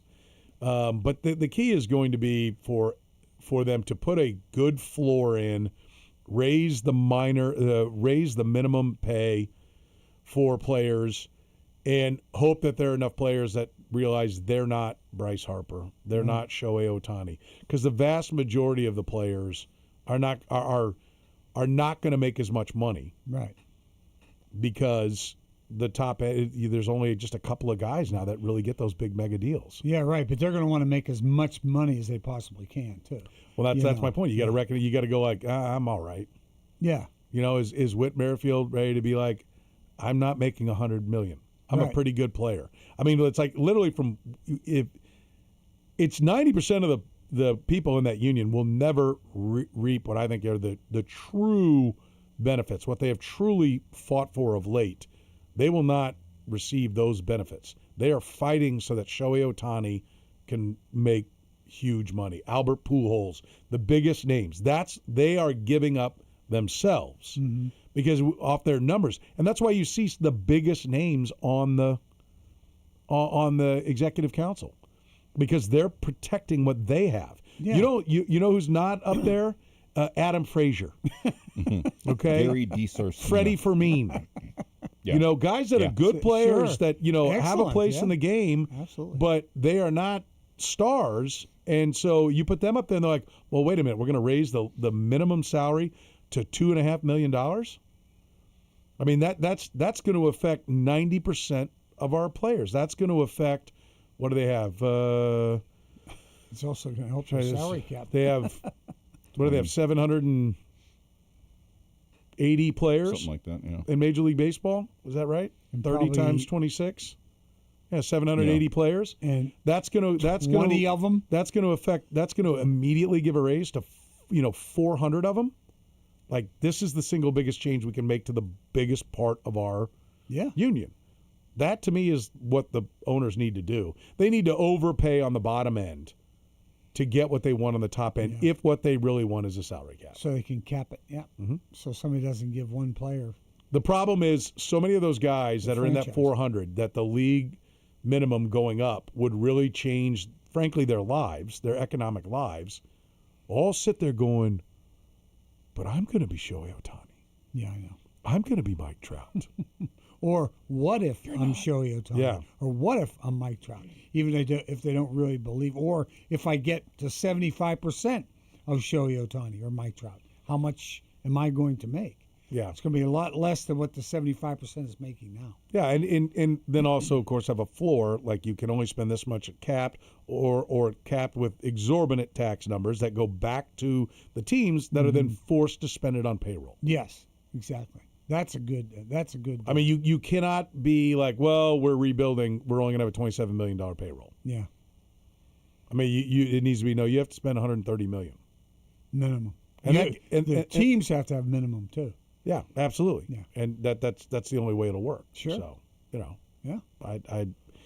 But yeah, I think we're going to miss games. I don't think there's any reason to think we won't. They've reached a point. They have had labor peace since 1994 because those of us, Frank, I know you're one, I'm one, Kurtis, you're one, that were covering that or in certainly in our adulthood when that happened. We remember how damaging it was for the game. We're far enough away. Ain't anybody in the game remember that? No. Like none of the players. No. That's the like fans still remember, might have been but the born players then. don't. that's like talking about how they were taxing tea. Yeah. Well, I don't drink tea. What was it? Throw it in the harbor. It's really not about the tea. It's about the fact that they were taxing things, and they're over there. And but I don't drink tea. Yeah. I what do you mean the Boston Tea Party? I don't drink tea. Right? Like, that's far enough away. Most young people are like, I don't know what that means. Can I get an What it's all invite? about. It's a That's tea the party, 94 man. strike now. Yeah. That's right. Yeah, I don't know what those guys were. You kidding me? Taxation They didn't have without nets around the stadium. The representation. barbarism that was going on. We were smashing baseballs into people's faces. What are you talking about? Like, what are these? I don't know what those fools were doing. 4x3 standard definition pictures. I mean, they didn't even have a pitch clock, these dumbasses. What am I going to listen to these clods for? That's right. Now they're taking my strike zone away.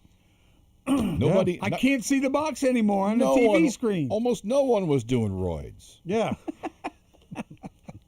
Or they would look at it and be It's like, a different. they were fighting to make sure that they could still take roids. That's right. That was a problem. Babe Ruth was eating hot dogs. Yeah. Come on. So, anyway, all right, we'll take a break. Let's get some frank opinions in here next.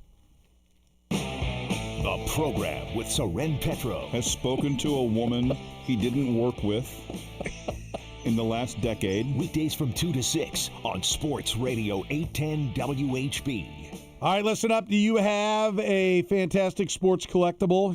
Maybe it's an autographed photo. Maybe it's an autographed baseball. Maybe it's an autographed jersey. I love my sports memorabilia. I trust only one place to display it properly, to frame it properly. That's Art and Frame Warehouse. Kansas City's best is Art and Frame Warehouse. They will treat your history with some respect. take it to my friends there at Art and Frame Warehouse. They never poke holes in the jersey. You know that's what some places do? They poke holes in the jersey to try to make it look great. Art and Frame Warehouse is a true artist, okay? They know what they're doing, and they can stretch the jersey, making it look perfect, but never damage the jersey. That's why poking holes in the jersey lessens the value. Don't you want someone who's going to take care of it?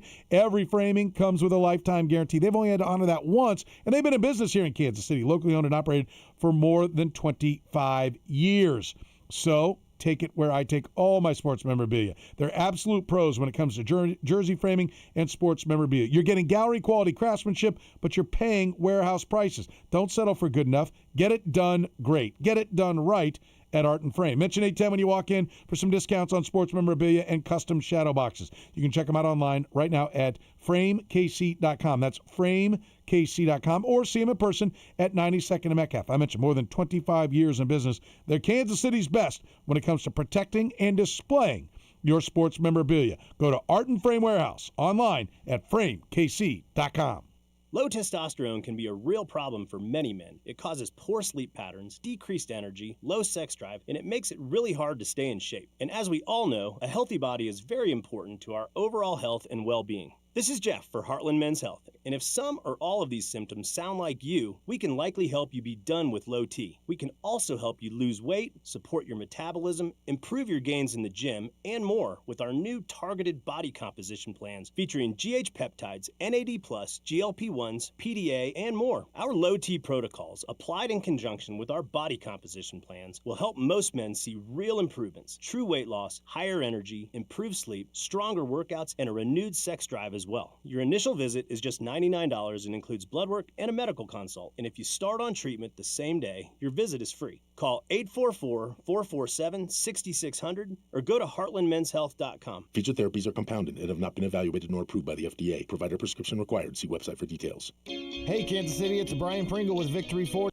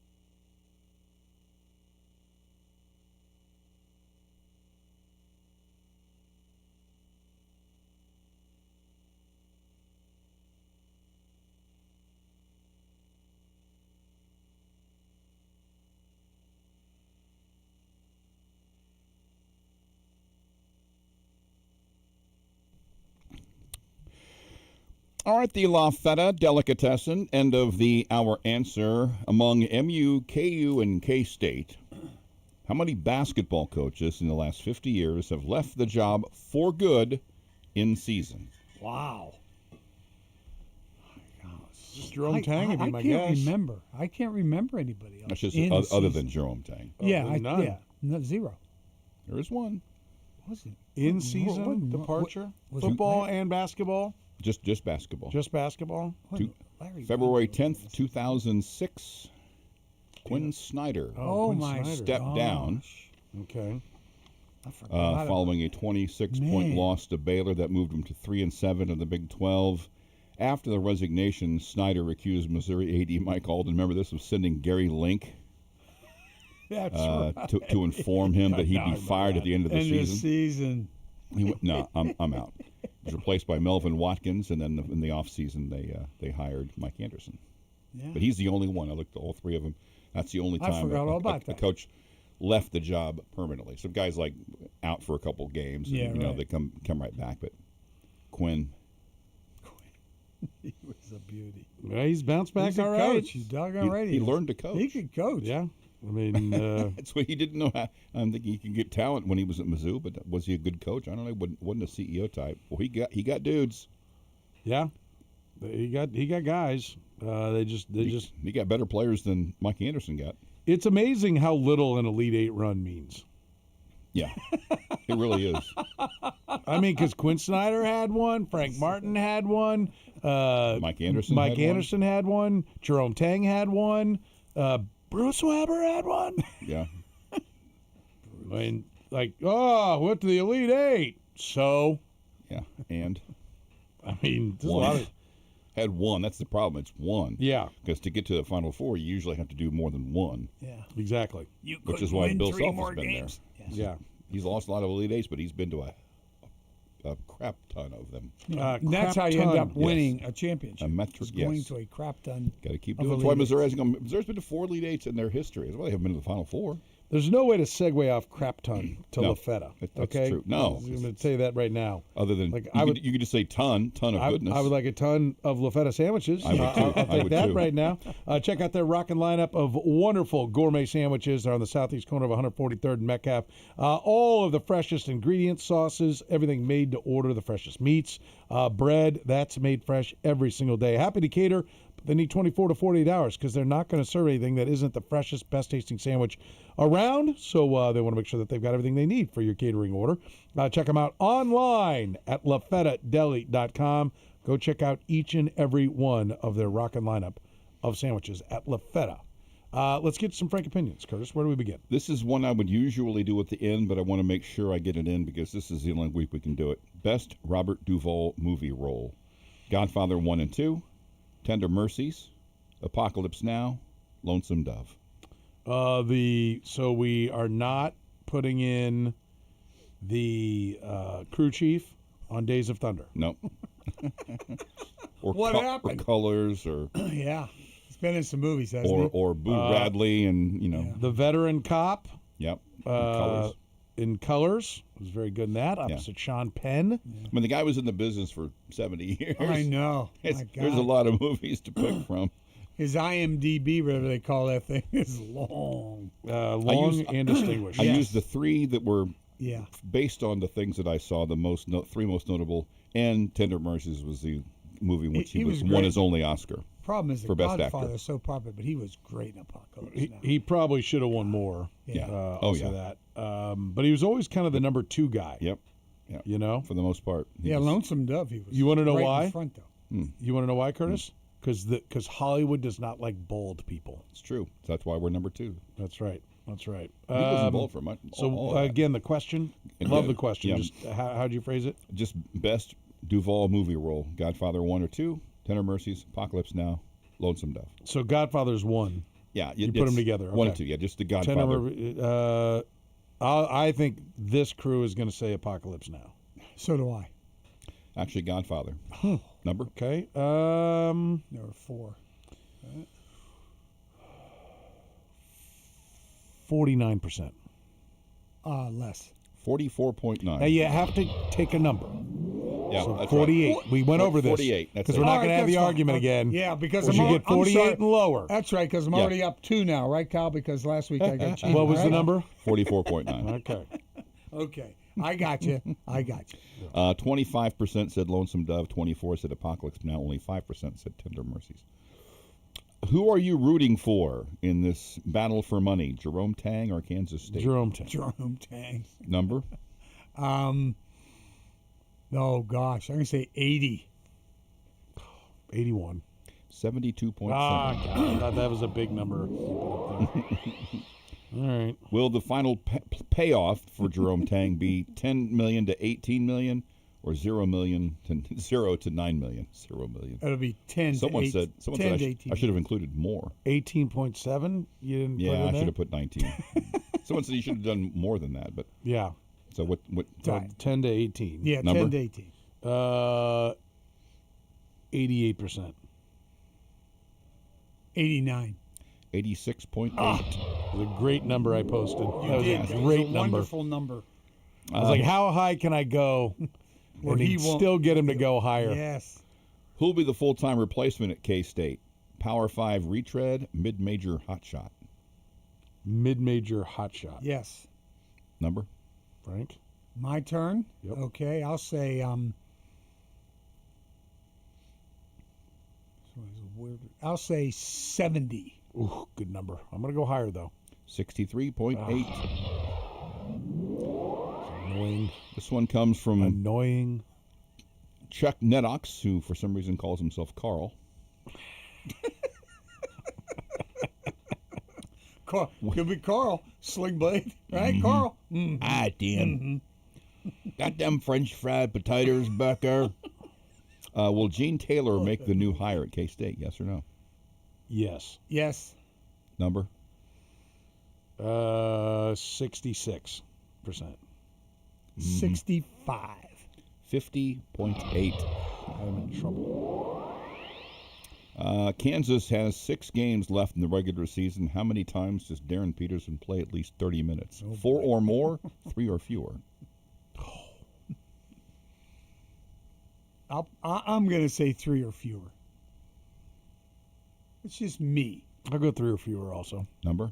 Oh, Frank? my God, they agreed. Okay, I'll say 60. 61. 70.1. Good one. Have you watched more than 3 hours of the Olympics? Yes or no? No. I have. No. It's a very strong female number on the television ratings. 3 hours? More than 3 hours. More than 3 hours. It sounds like machismo to say no, so I think they're going to be with Frank. No.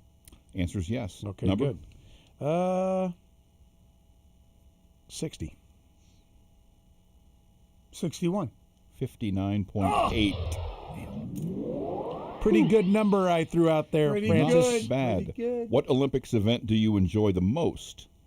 Downhill skiing, figure skating, curling, hockey. Downhill skiing. I think hockey. 38.6% said downhill skiing. 33% said hockey. 23% said curling. Only 6% said the figure skating. So we got another minute here. Did you watch the NBA All-Star game? Yes or no? No. Number? Oh, man. I'll say 80. God, that's such a good number. 81. 94.3. Oh, my God. Do you think the NBA needs to do something with the All-Star weekend? Should the Chiefs try to sign Tyreek Hill? Yes or no? No. Oh, man.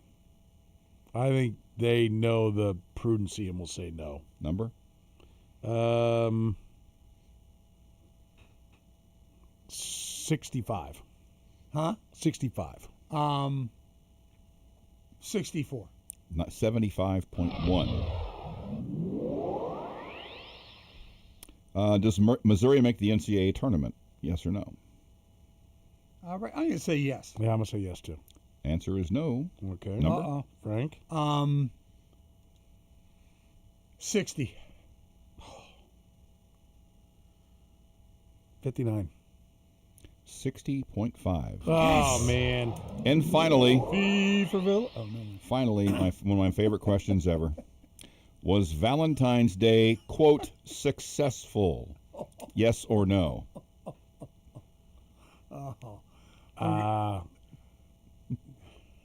Of course, yes. Yeah, I'll say yes. Number?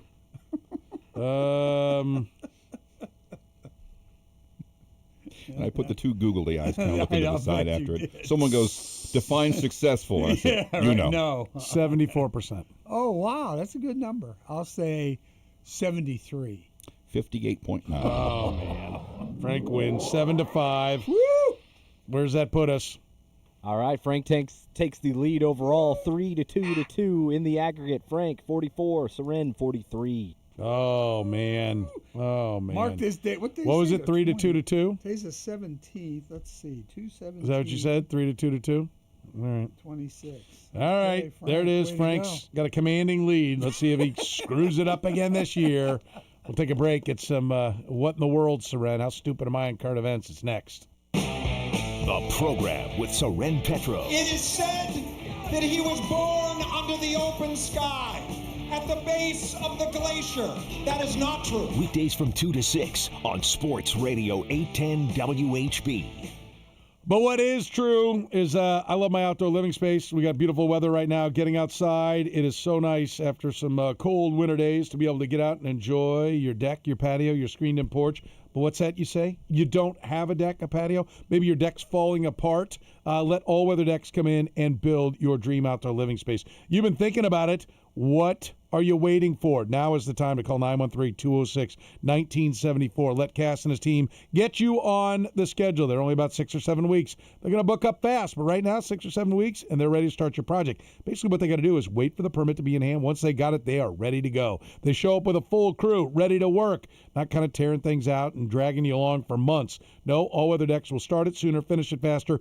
Most importantly, build it better than anyone else. That's why 24 times they've won the Angie Super Service List award. That's why they carry an A-plus rating with the Better Business Bureau. Best of Houses Award winner. Check it out. If you go to allweatherdecks.net, you can see all those awards they've won, along with photos of finished projects. That's a great place to get you some ideas. They've got a map link showing where they've done jobs all over the metro. Guarantee you they've done some in your neighborhood. They work all over the metro and even a little bit beyond. So if you've been told, no, we don't work in that part of town, give Cass and the guys a call at 913-206-1974. You can get a estimate started online as well by going to allweatherdecks.net. Mention 810 when you call All Weather Decks and let them know that you heard it right here on the program. They're the best. They did a phenomenal job for me and my family. They'll do a great job for you.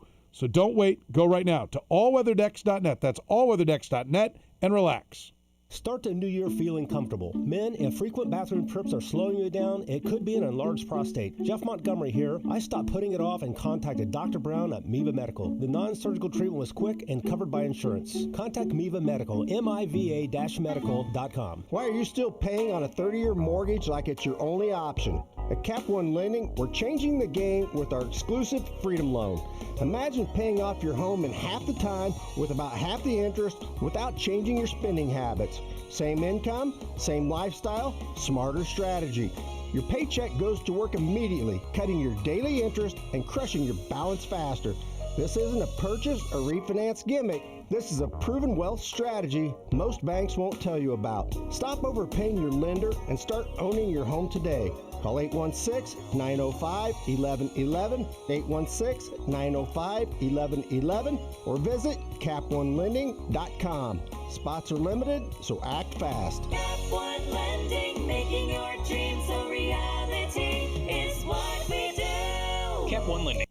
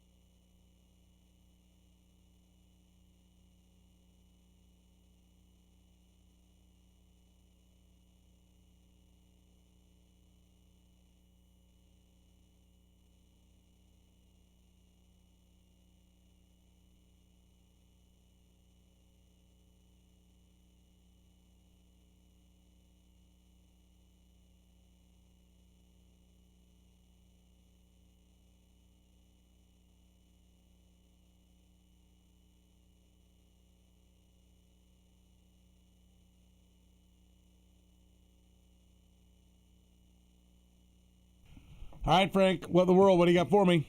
Famous chef Guy Fieri has a food aversion to what food? Aversion? Aversion. This means he doesn't like it? He hates it. He hates, and he hates them alone. He'll use them in recipes, but he hates eating them. Shrimp. Eggs. Okay. What dog Eggs breed are won great. the Westminster Dog Show? What dog What breed? kind of dog? Yeah. I don't know. Tick Hound. Doberman Pincer named Oh, Penny. Yeah, I how had about- Dobermans when I was a kid. Really? Uh-huh. Oh, wow. Okay. Yeah, great dogs. I know. It's the way they're raised. Former President Barack Obama believes aliens do exist, but you won't find them where? Here. Right. Area 51. He was a civil rights leader and former presidential candidate. He died today at the age of 84. Reverend Jesse Jackson. Yes, absolutely. I did pretty good. Yeah, you did real well.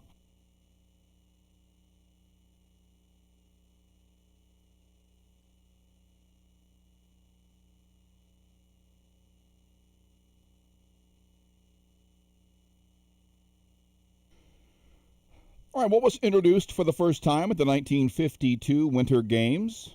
Brought to you by Nick and Jake's. Don't miss their Winter Olympics menu all during the Winter Games.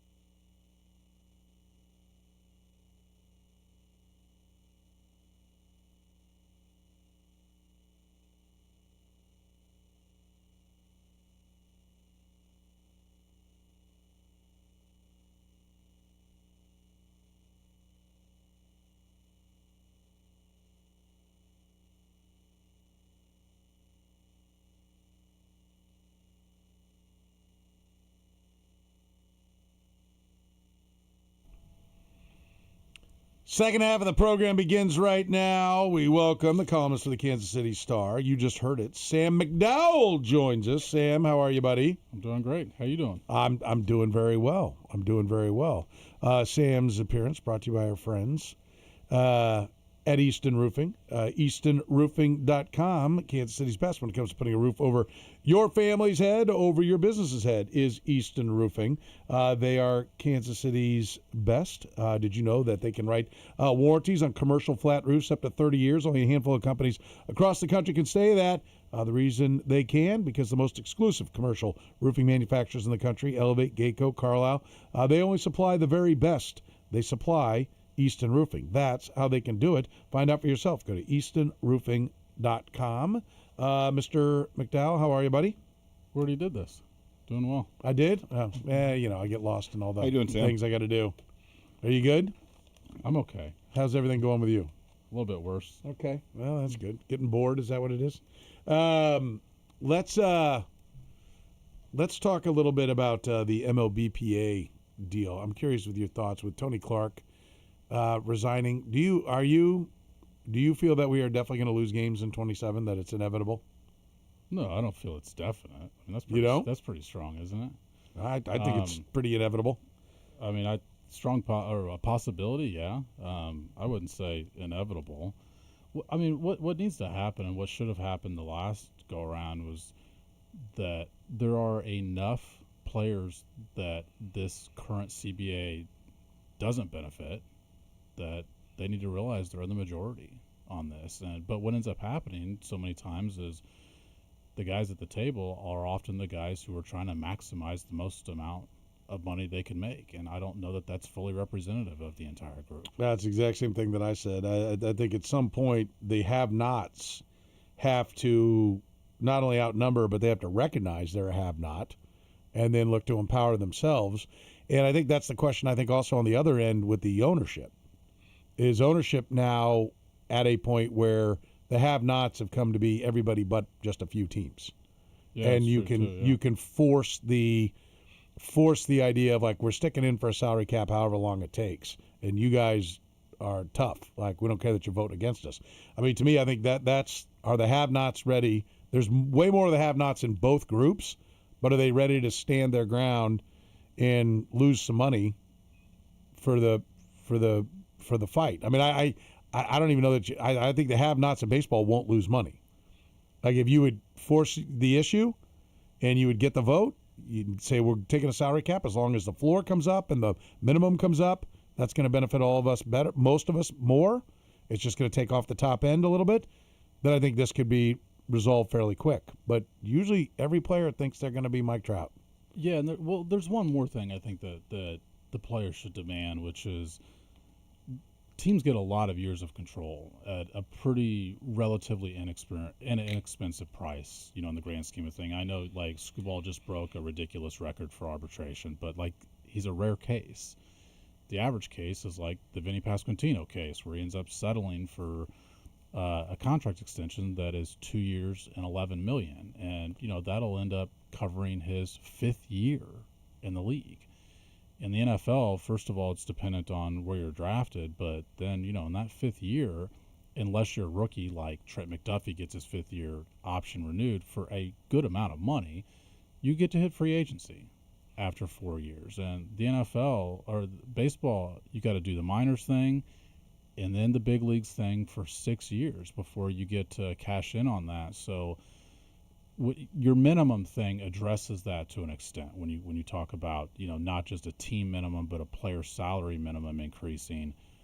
But I don't know that it fully takes care of that. And to me, I could understand the player side of it from that perspective, that his free agencies. Man, I had to wait. I had to do a lot to get to this point. Yeah, Seaboldt is in his 6th year, and that's what makes him his number is based upon everybody out there in baseball. And I do think that it'll be interesting to see do guys get to the big leagues quicker now that they have fewer minor league teams? Does it kind of dumb down the overall big league product, of which we can't really tell the difference because it's dumbed it down for everybody, but it allows guys to get to the big leagues quicker? I don't know. I think it'll be interesting. I think you make a very valid point. I mean, that has been the trade-off, is that you don't get to pure free agency until, for some guys, it's 7 years. I mean, They squat you out a little bit. Yeah, I mean, like, yes. I mean, there's, well, I guess it's 6 years in all, but like a couple of weeks, basically, of the 7th year. Yeah, I mean, it'd be 6 weeks and all. I think what is it? 170. There's 182 days, I think, and 170 equals 182. I think is the deal. On right in there, it's in that range. If you get to 170 days, that counts as a full season, and so teams just need to keep it down for a couple of weeks, and then you're in that sweet spot. Yeah, and right? that's the type of stuff that players can fix, right? Like if they. I think the players should not sense this as a fight, which of course it will be, but they should seek this as an opportunity to get other things that they want. That being one of them is close all the loopholes on ways to get around service time. And just if you're up that year, it counts. If you call me up in August, that counts. That's it. That's a year in the big leagues. If you determine that I'm ready for the big leagues, you need me on your team, I'm your best option. That's a year where I'm your best option by year's end, and so that should count. There's other things I think they could ask for of that nature. You would agree there needs to be a floor. Oh, absolutely, yeah. Yeah. That you pay, like, okay, you don't want to spend it on payroll, fine, put $60 million in to be shared around that will get spent on payroll somewhere, and has to be spent on payroll. Yeah, in which case you should just spend it on payroll. Yes, well, that would be the incentive. Yeah. I mean, well, what the hell am I going to, why wouldn't I just get better players here? Yeah. You know, I think that's one of the things. I think the Royals, in some ways, when the Royals made the playoffs a couple years ago, it was like, well, see, these small market teams, if you try, you can get there. Yeah, you can get there, but you don't get to go every year, right? That's the thing. Yes, the Royals can work hard, do the right thing, spend money to a degree, and then they can be rewarded with a playoff caliber year or a contending caliber year. But if you want to go year after year after year after year, you have to spend at the highest levels. Yeah, I mean, you can't make mistakes. I mean, that's the luxury of where the Dodgers are. Is you can have injuries, you can make mistakes, which happen across every team in baseball in every market. And when you're in a smaller market, you don't have the luxury of making mistakes, especially expensive ones. Yeah, no, I agree. It's just, to me, it's. You know, I think this should be one that you ought to be able to wrap up in a couple of weeks. And I think, I don't foresee that. I think that they're going to miss games for sure. And I think once you've missed a World Series, it gets easier to miss it again. And so if they barrel into the middle of summer, I also think they played how many games they play in the COVID year? Was it 54 or something like that, or was it 60 or whatever it was? 50. That was like 60, 65. Let me make sure. They hatched. I mean, I think it makes it easier for them to be like, well, we've done this before. 60, yeah, I think it was 60, right? Yeah. Okay. I think anytime you make that easy, you can do it again. Yeah.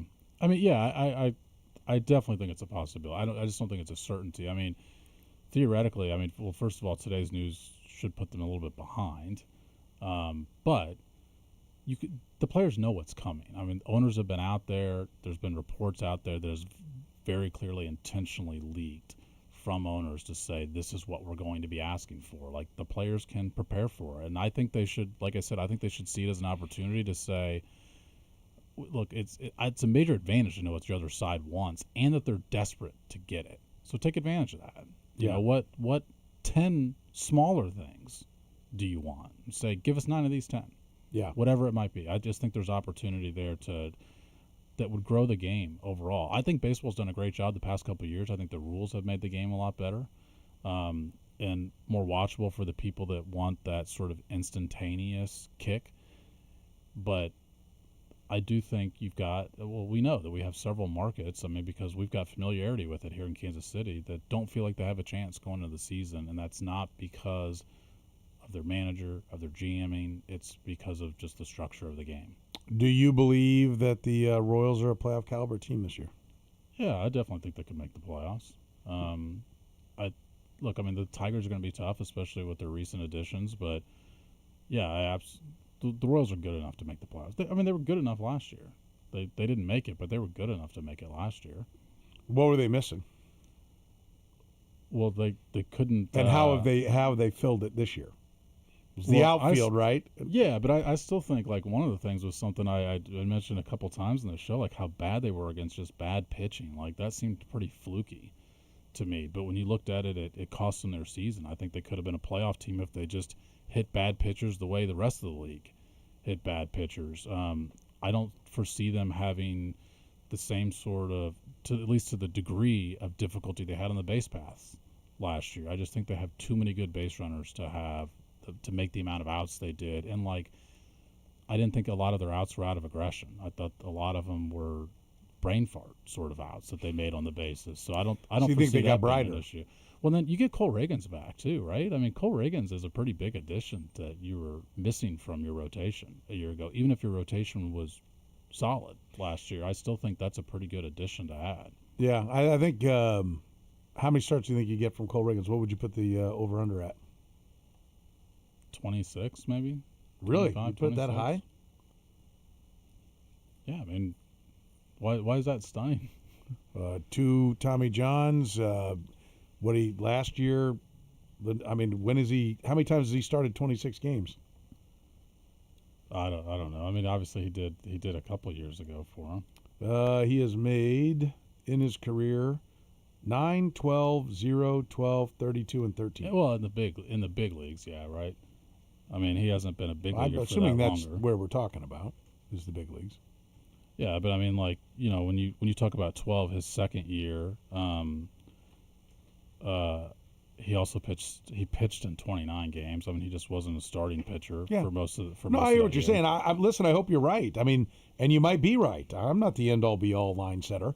I mean, but I think that's kind of a number you put out there to think in terms of, okay, what is the expectation? Like, so you would expect 26 starts. I don't. Like, I just don't think he's I think he's one of those guys that he's just so nasty that the human body can't keep up with it. That's my fear. So I'd honestly put it at 15.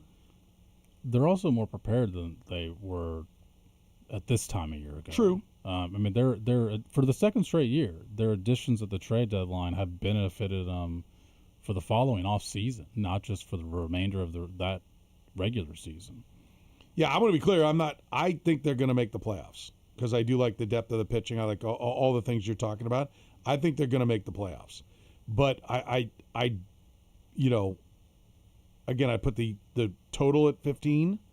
If he starts 26 games, I don't know. I don't want to say they can't miss the playoffs, but him starting 26 games and Jack Caglione being a real hitter, I mean, just an average right fielder and hopefully more later, I think that goes a long way towards getting him there. Absolutely. And, I mean, look, you've got Carter Jensen as well that I think looked big league ready. Yeah, I mean, he's going to have to face some things in his second year that's just, you know, the cliche things that every hitter has to face in the second year. The video's out there on him. I mean, I think he was so good that other teams are going to say we've got to pay attention to that guy in a way that they might not have when he first came up. And so, like, that'll be something he has to deal with. Jack Caglione, I think, is probably the most intriguing story that the Chiefs or that the Royals have in spring training this year is just where is he mentally? How does he process what he went through last year? Where if Jack Caglione had spent the entire year in the minors, he would have been the minor league player of the year. And what would we be talking about this spring? Wow, you can't wait to see Jack Caglione start on opening day, right? And all the expectations would be, I think, different than what they are right now. But he did struggle in the major leagues, and part of that has got to be something he's got to get through mentally to know that that's part of a lot of people's journey. Yeah, to the major leagues. I think we, you know, he's got to. If he can be 25 home runs, and you get 26 starts from Cole Reagans, you're a playoff team. Yeah. Because I think the other things you can count on Vinny Pasquantino, health you can count on Bobby Witt Jr. Yeah, I mean health's gonna be part, but I think they've actually got a little more depth now to where they can survive. You know, a little bit more of the injuries. I mean, it was pretty much a perfect story 2 years ago. I mean, they arrived early. This past year was probably the year that they were ready to be a playoff team, and like you said, a number of things went against them. I think they're better this year, and so they shouldn't need everything to go right to be a playoff team. This year's going to have an interesting way of putting those last 2 years in perspective, too, because I think what was different about last year compared to I mean, just like 6-7 years ago, if the Royals had shot up for that kind of year that they had last year, I think you would have said fluke year. That's their peak. That's as good as they can be. And because of the year they put before it, though, you said, is this their new floor? Is this the new disappointing Royals season? And the consistency is what answers that question. What you do on a year-to-year basis, not just what you do on these one-off seasons, but having 2 straight years, and one of them where you win 80 games and then still have a disappointing year. This year will, I think, put that into perspective of, okay, this is a team that can't expect to compete year in and year out. Yeah, the rolling three. If they win 90 games this year, they're a team that won 86, 82, 90. Yeah, You drop off 3 straight winning seasons. Yeah, too. and you drop off the season where you won. They lost 106 or something. What were they? 56 and 106. Something like that. That year, that falls off, and now you're like, okay, this is a quality trend for the team. Yeah, listen. The fence is coming in, going to help this year. I mean, they say it is. Yeah, I mean, should help Jack Caglione get a couple of cheapies, and maybe that mentally gives him the break to where he doesn't press, and he can be more effective. Yeah, I mean they.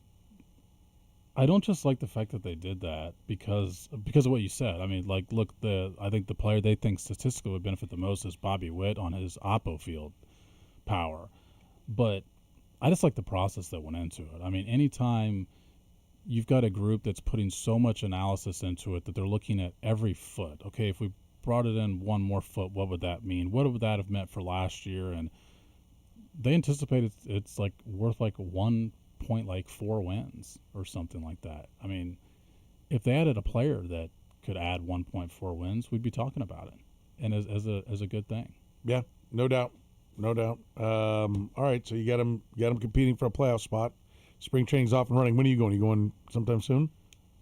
Yeah, it's unclear right now. I mean, the World Baseball Classic throws a wrinkle into it, which, I mean, threw a wrinkle not just into our travel plans, but threw a wrinkle into the Royal season a few years ago. And so they've got way more guys going this year. And they were not talking about it being a positive then. No, and look, no team was, but the difference is the Royals have like 5 of their 9 opening day starters, I think. The guys I would project to be their opening day starters, I mean, 5 of them are going to be gone from spring training. Then you got all kinds of pitchers too. Bobby Witt Jr., Michael Wacha, Salvador Perez, Lugo, Michael, Pasquantino, Caglione. Yep. So that got to 5 position players, right? With Vinny, Bobby, Salvi, Michael, and Caglione. I mean, so there's 5 position players, and then Wacha, Estevez. Yeah, your closer, 2 starters with Wacha and Lugo. So I mean, you're 2 and 3 starters, I guess. I mean, I haven't looked at what every single team's bringing. Obviously, other teams have, with the exception of Bobby Witt, I think other teams can certainly match the Royal star power that's going to the World Baseball Classic. But 5 of your 9 guys in your opening day lineup and your 2 and 3 starters and your closer, I don't know if another team could match what the Royals are sending. That's interesting. I haven't looked at what teams have sent the most. Yeah, but it's a mean, lot. It's more than it was 3 years ago when it was a problem. Yeah, they're not all 8. They're not all 8. We know this, and most people. They're not all 8 going to one team, right? Right. They're going to various. There's no more than 2 on any one team. There's 3 on one of them. But going to Puerto Rico, Yep. Dominican, Italy, U.S., and Venezuela. And look, I mean, from what I understand, Cole Reagans was offered too, and wanted to be on a regular schedule for opening day, and so that's pretty big of him. Yeah. To turn it down and prioritize the Royal season, because he might not ever get another chance to play in the World Baseball Classic and represent his country again. So I think that shows where he's at right now. Yeah, for sure. Sam McDowell is with us. We'll take a break, get his thoughts on Jerome Tang and what's gone down at K-State. We'll do it next with Sam McDowell.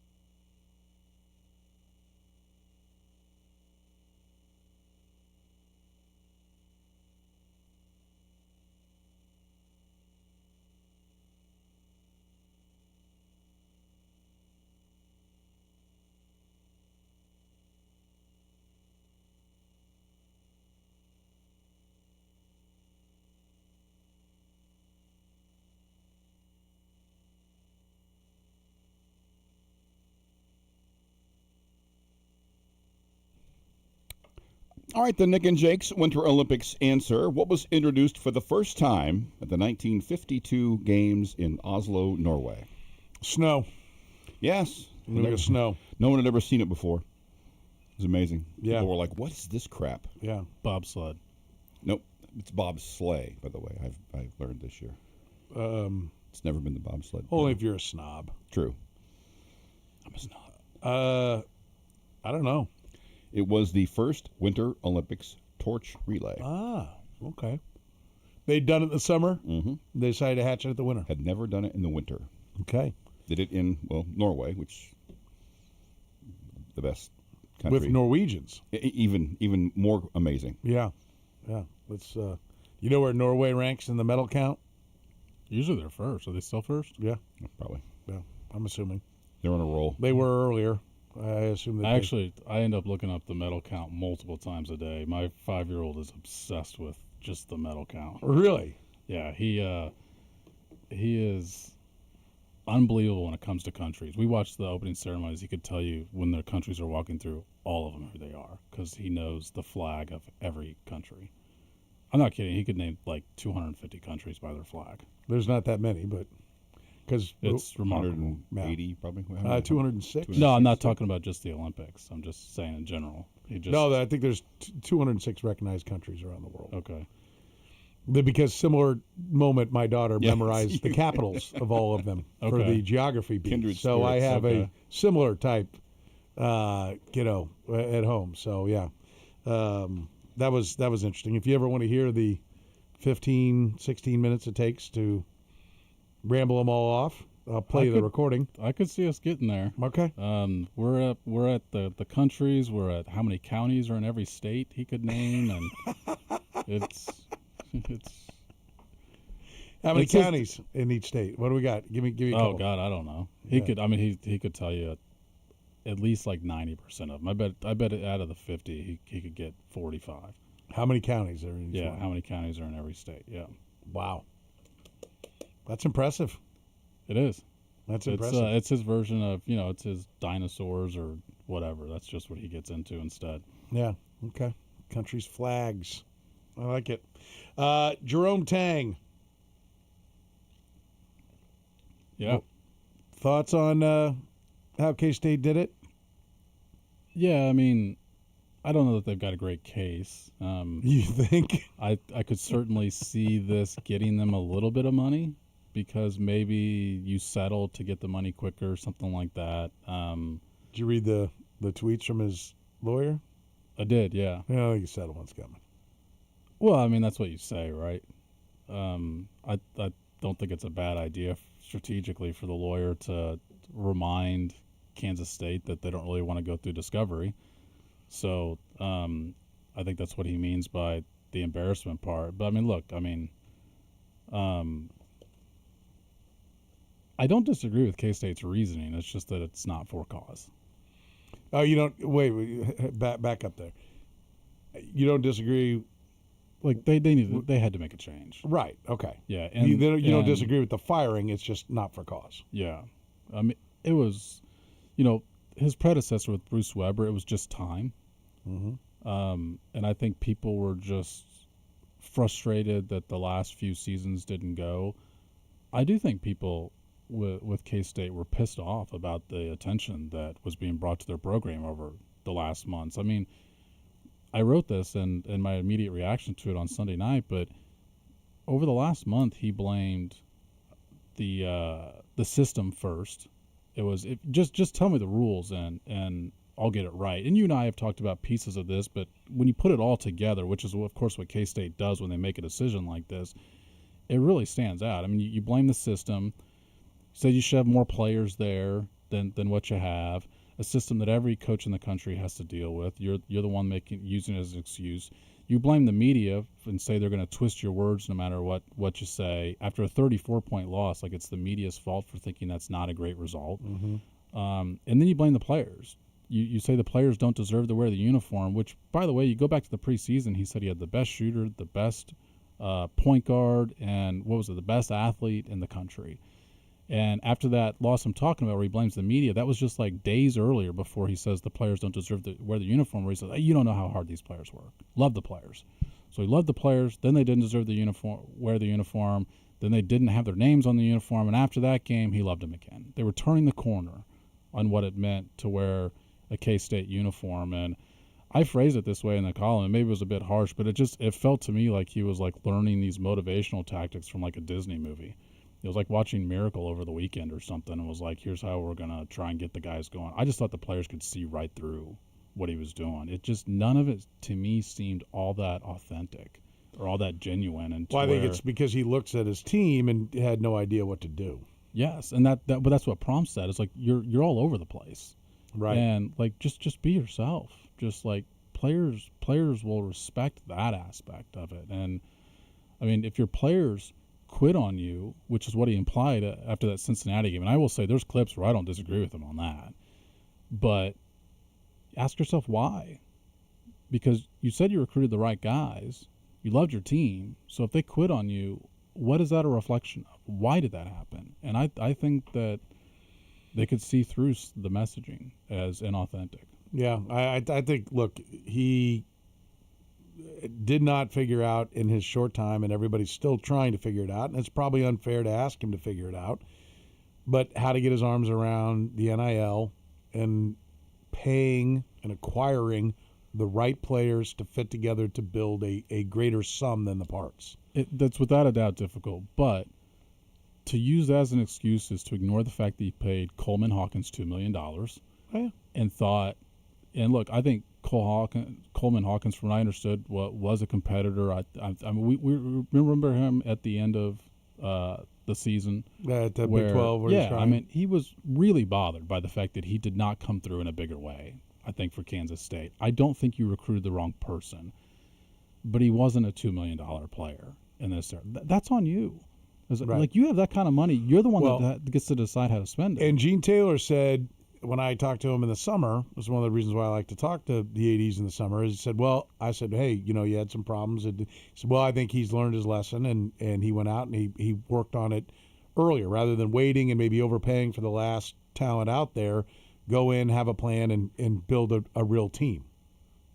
This is what he gave them. Yeah, I mean, I'd still think, like, you look at this team and you can see the flawed construct of it. I am surprised, when I went back and looked, because it does feel like it just went horribly wrong from the very beginning and it never had any shot. And Gene Taylor said, well, I thought we got off to a good start. And I was like, well, okay, let me look at this. They did beat Cal, right? Then they beat Tulsa by 1 point. They beat Mississippi State by 19 or 21, excuse me. And then a 1 point loss to Nebraska. In Kansas City here, right? Yeah, a 1 point loss to Nebraska. And then they did lose by 17 to Indiana, but a team that's been pretty good. Bowling Green lost, not good. Seton Hall lost. They beat a Creighton team that's about 500 in the Big East. In that stretch, the Bowling Green one, as we look at it now, is the one that's like, I don't like that one, right? If I look at the Ken Palm, let's see, Bowling Green 140.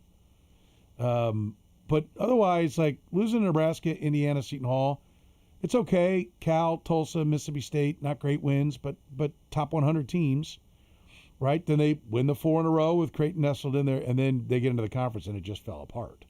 And so I will grant them that at 9-4, they looked like if you can be 500 in the conference, we'll be talking about you being on the bubble. If you can get above 500, we'll be talking about you being in the tournament. In fact, 500 in the conference probably would get you in with as good as this league is at the top end, if you had a couple of the right wins, But it just did. It just completely came off. I remember you talking about, like, well, they're going to shoot it. They're not really going to defend it, but they're going to shoot it. And that's, you could see that there was like, okay, this doesn't look like a plan that's going to succeed for the long haul. So, like, I see the basketball mistakes he was making and the reason to fire him. All of that makes sense. And you would have been a hero if you just fired him and paid him. They'd be like, wow, they've got the money and they're making the move. But they actually made Jerome Tang the sympathetic figure, made themselves the villain, and by all accounts, everybody thinks they're a clown for even trying this. Yeah, I don't think it's that far. I agree with you, the sentiment behind that point. I guess I don't know that I view Jerome Tang as like the sympathetic figure though. Like he's going to be making a lot of money. I do think it wasn't just the wins and losses that brought him here. It was all the things that I mentioned before. I think that prevents him from drawing a lot of empathy from some I don't know. I think he's going to make a lot of money, but he's not now. He's having to go fight for it. That's what makes him sympathetic. Everybody agrees he's owed that money. He did nothing wrong. Yeah. I think when you publicly wrong somebody, that's why I think he actually has been made sympathetic. And I respect the point you're making there because I think it's a valid one. And I would say that adds to why I think it's so amazing because I think it was a hard thing to do. Yeah, I see what you're saying. Yeah. And so, for all the reasons you stated, he did plenty to be fired. I mean, his own lawyer pretty much says that when he's like, he didn't win enough games and the fans came with bags on their heads. It was bad. We acknowledge. But, so fire him. Like, that's how it is, right? So, I mean, like, he did, but now, maybe it doesn't make him sympathetic, but I will underscore, it makes them villains. Yeah. I mean, certainly on a national level, I think more than a local level, but I'm sure there's some of that on the local level too. I think on the local level, when you follow the day-to-day, you could see this coming. I mean, I think the surprising aspect was the middle of the season, but the thing I would add to what you said is, Gene Taylor had confirmed to the Manhattan Mercury's report that they offered to let him coach the rest of the season. It's like, well, that alone strips you of the for cause thing because for cause implies I said that earlier today. It needs to happen immediately, right? And so how are you going to stand in front of a judge and be like, well, for cause means like it's so bad he must go now. Yeah, but we'll let him coach these student athletes who you worried about. That was the thing, is I didn't like the way he was talking about the student athletes. Well, it took him 5 days to realize that what he said was so bad. That too is like basically. I think the lawyer for Tang would be like, we'll let them go first. And when they pitch their case, you just go, no further questions. Like, they did it to themselves. At least what he's chirping to, that they are hiring people to go try to find something. Let's go find a violation. Do we have an academic issue? Can we find some? I mean, I hate to say it. Trying to turn themselves in, yeah. But that's exactly what they're going to do because right now the athletic director and the president have egg on their face. And they're going to try to get that off. And so they're going to try to find a way to be like, no, here, well, we didn't want to say this other stuff, but here's what it really is. So-and-so took a test for this kid. Or, this NIL thing wasn't approved and yet they paid it anyway. And so that's a violation. They're going to spend the next 2 months scouring everything. So and that's just pathetic. Yeah, I agree with that. I mean, but I think that more likely than not, they spend the next couple of months trying to reach a settlement that saves them $1 million, a few $100,000, something like that. If you were Jerome Tang, would you? No, because I think your case is so strong. And beyond that, even if your case was weak, like you're in a better spot because of this whole discovery. And I also think the fact that his lawyer is talking about malice is his threat to, and we're going to sue you for beyond just the 18.7 that you obviously owe. Yeah. We're going to sue you for damage of character. Yeah, you embarrassed him, yeah. Yeah. Speaking of embarrassment, yeah. I thought, I mean, is he allowed to work somewhere else the rest of the year?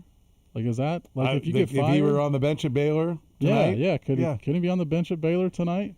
I mean, it would offset the amount of money they'd pay him. So, like, whatever they say, we're going to pay you $200,000 for the rest of the year, that's $200,000 he's not getting from K-State. There's offset language in there. Even if it's a demotion? He has to actively try to get a job. So he'd be like, well, I got one. And then they have to pay a reasonable wage. What about a volunteer job? I mean, not taking a paycheck for this. Yeah. No, that there would be problems with that. Yeah. So who does K-State hire? I don't know. I mean, obviously I think the one advantage of the timing is, besides the fact that, it's the crux of your for cause thing, is that they're first out of the gate of basically the Power Four conferences now, to where I think that theoretically should give you some advantage here.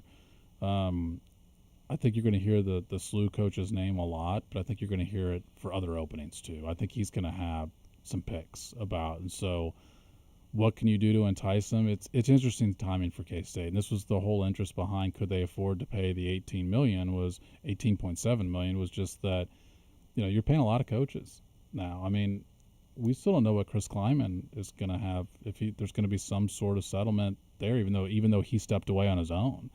You had to bring in a new football coach and the coach's assistants. You still want to pay NIL. Like there's a lot of money right now to where I just wonder how Gene Taylor said that wouldn't be a factor when he met with the media briefly on Sunday, but you still can't help but wonder if it would be. Is Gene Taylor going to be the guy to make the hire? I wonder if he thought that he was done hiring coaches when he made the football change, and that now he's surprised that he's going to make a change. Because my guess is... Well, at the football press conference, he said Jerome Tang was doing a great job.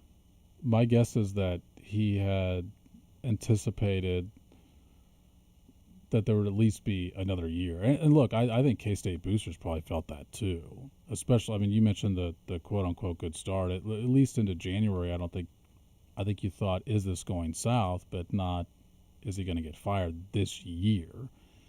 And I think it just went from can you afford to fire him from the boosters to how can you afford not to?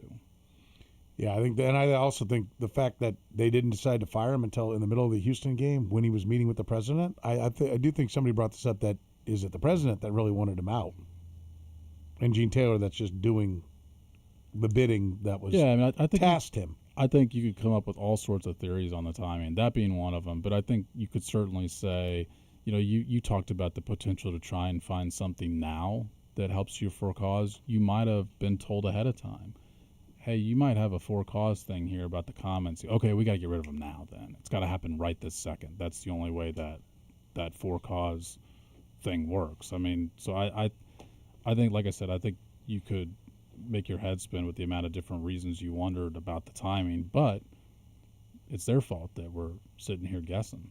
Yeah. Interesting. We'll see who they end up getting. I do think they've damaged the reputation.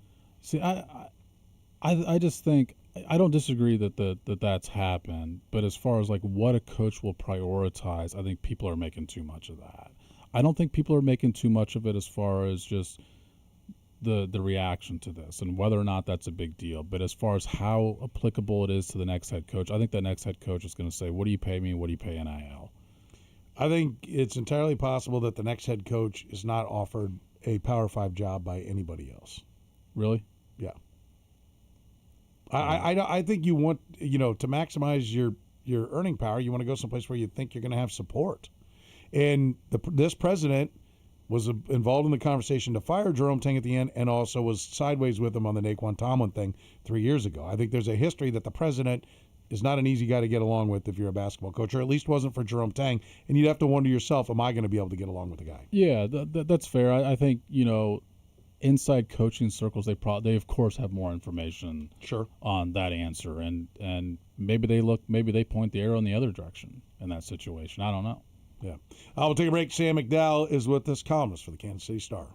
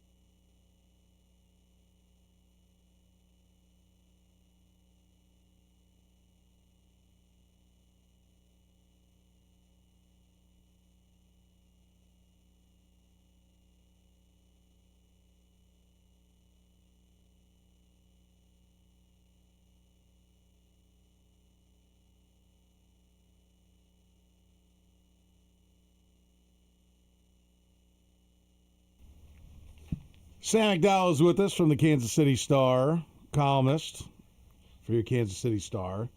The Jayhawks, I'm going to ask a question that Kurtis asked in Frank Opinions. They have 6 games left. How many of them does Darren Peterson play 30 minutes? 30 minutes. I mean, gosh, and 4 of them you theoretically could be up by enough to sit out for a different reason than he's set out, although that's not really Bill Self's MO. Right. That's you get the spirit of the question. Yeah, that's a really good question. 28, I'm not going to quibble really over if it's like a 50-point blowout. Yeah, you get the spirit just of the how question. many games has he finished? I mean, he's only finished, like 3 games this year? Is that right? Well, you go back to it, like, one of the games, at one point, the only game he had finished was Colorado, which was actually the game that he got hurt.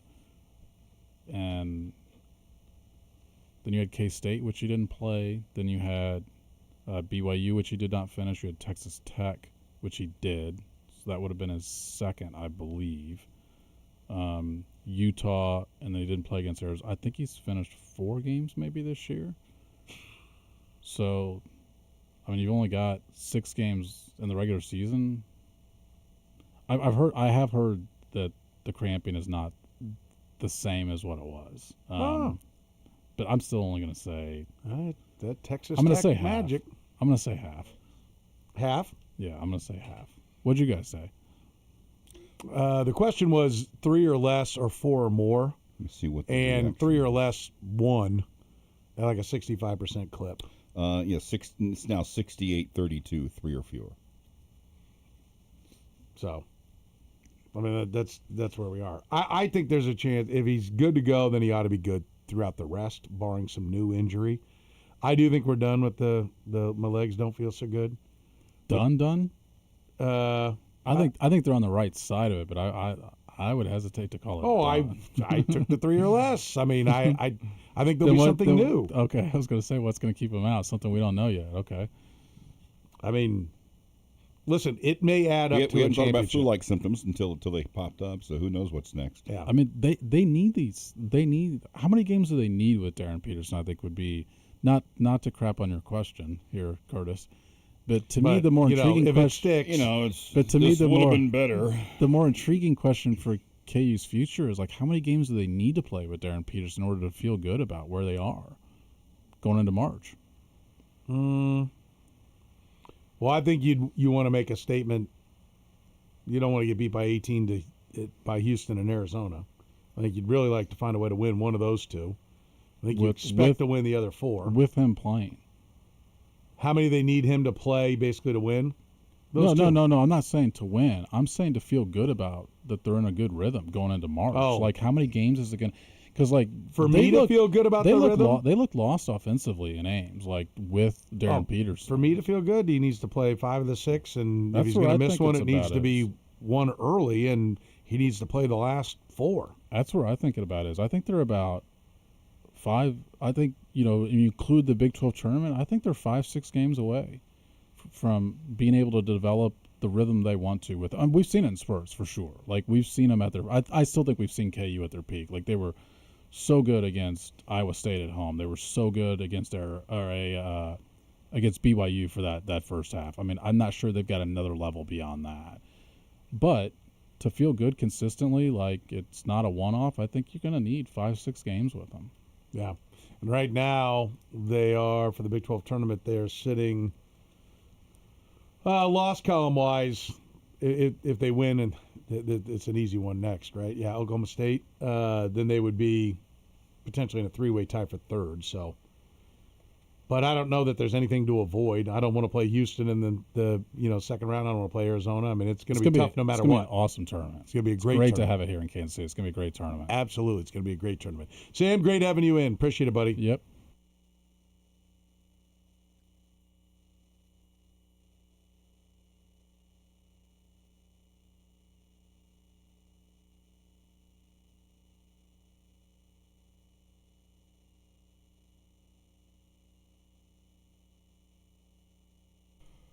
All right, who's the first New York Yankee to lead the American League in homers?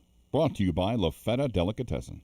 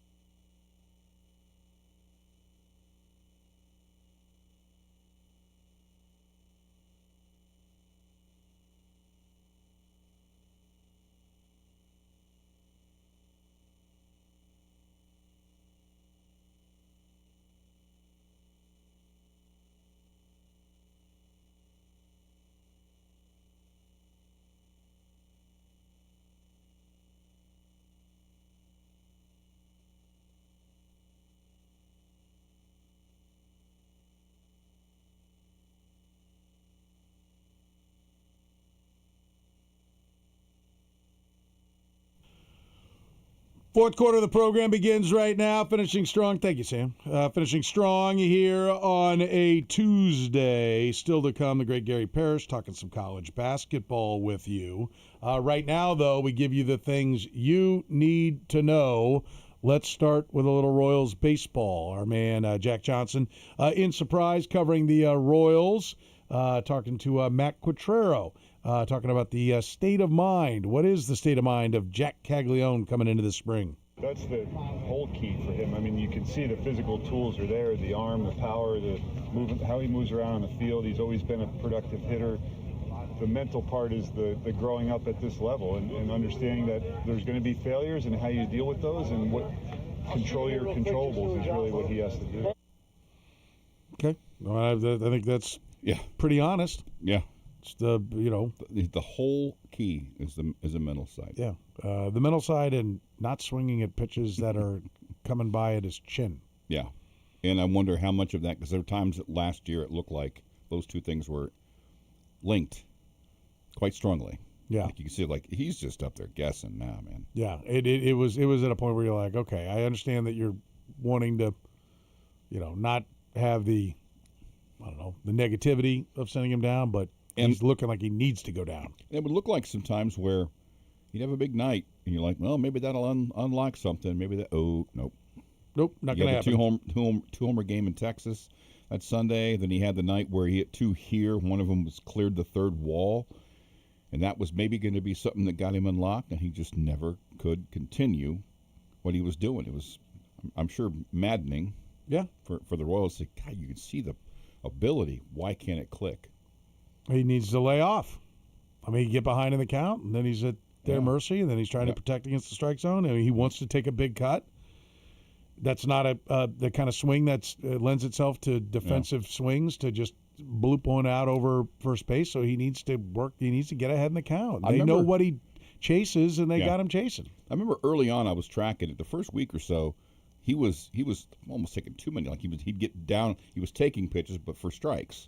Yeah. And then he'd get down. So then he started, I'm going to start hacking early, and he started being down on the count 0-1 after swinging and missing. Well, he's not identifying. Didn't have the eye. Either wasn't a plan, yeah, or he's not identifying the pitches. Yeah. I mean, the plan was just, okay, they're going to waste a pitch on me, so I'm going to swing no matter what. Yeah.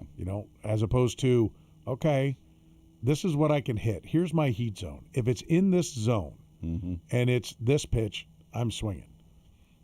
Otherwise I'm laying off. And if they call strike one, that's okay, right? I do think, I'm constantly amazed at how Barry Bonds could choke up and protect the plate and nobody else since then could do it. Like why it's like, okay, I'm behind. I'm going to go Little League, and I'm going to choke up on the bat, and I'm going to have a better chance. I'm going to decrease the length of the bat, make it easier to put the bat on the ball, and he would still hit home runs sometimes choked up. Jack Caglione could do that. Yeah. He's that strong. For sure. But that little part of Barry Bonds, just the steroids. No, I mean, you don't have to hit a home run doing it. That might have been the steroids. You could just put the ball in play. Yeah. Also, you watch the mental part of the game. Bonds was as good as any player ever has. You just watch the conversations, him back and forth with Greg Maddux. He was Maddox's equal. He was the Maddux of everyone talks about Tony Gwynn. Bonds is right next to him in that regard. Bonds was the guy that made me realize it's okay to take strike three and turn around and walk away if it's a pitch you can't hit. He just wouldn't swing. Yes. You'd have to fool him, and he got fooled. Not a lot, but he got fooled because some pitchers are great, and they make you think it's a fastball, and then it darts away, and it's like, damn it, that was a slider. I thought I was sitting on that. I wasn't, right? But there were times that he was like, I knew what that was, and I knew I couldn't hit it. And it's right there on the corner. It just nicks the corner, or it's just off, and the guy rings him up, and he'd look at him like, I don't think that was a strike.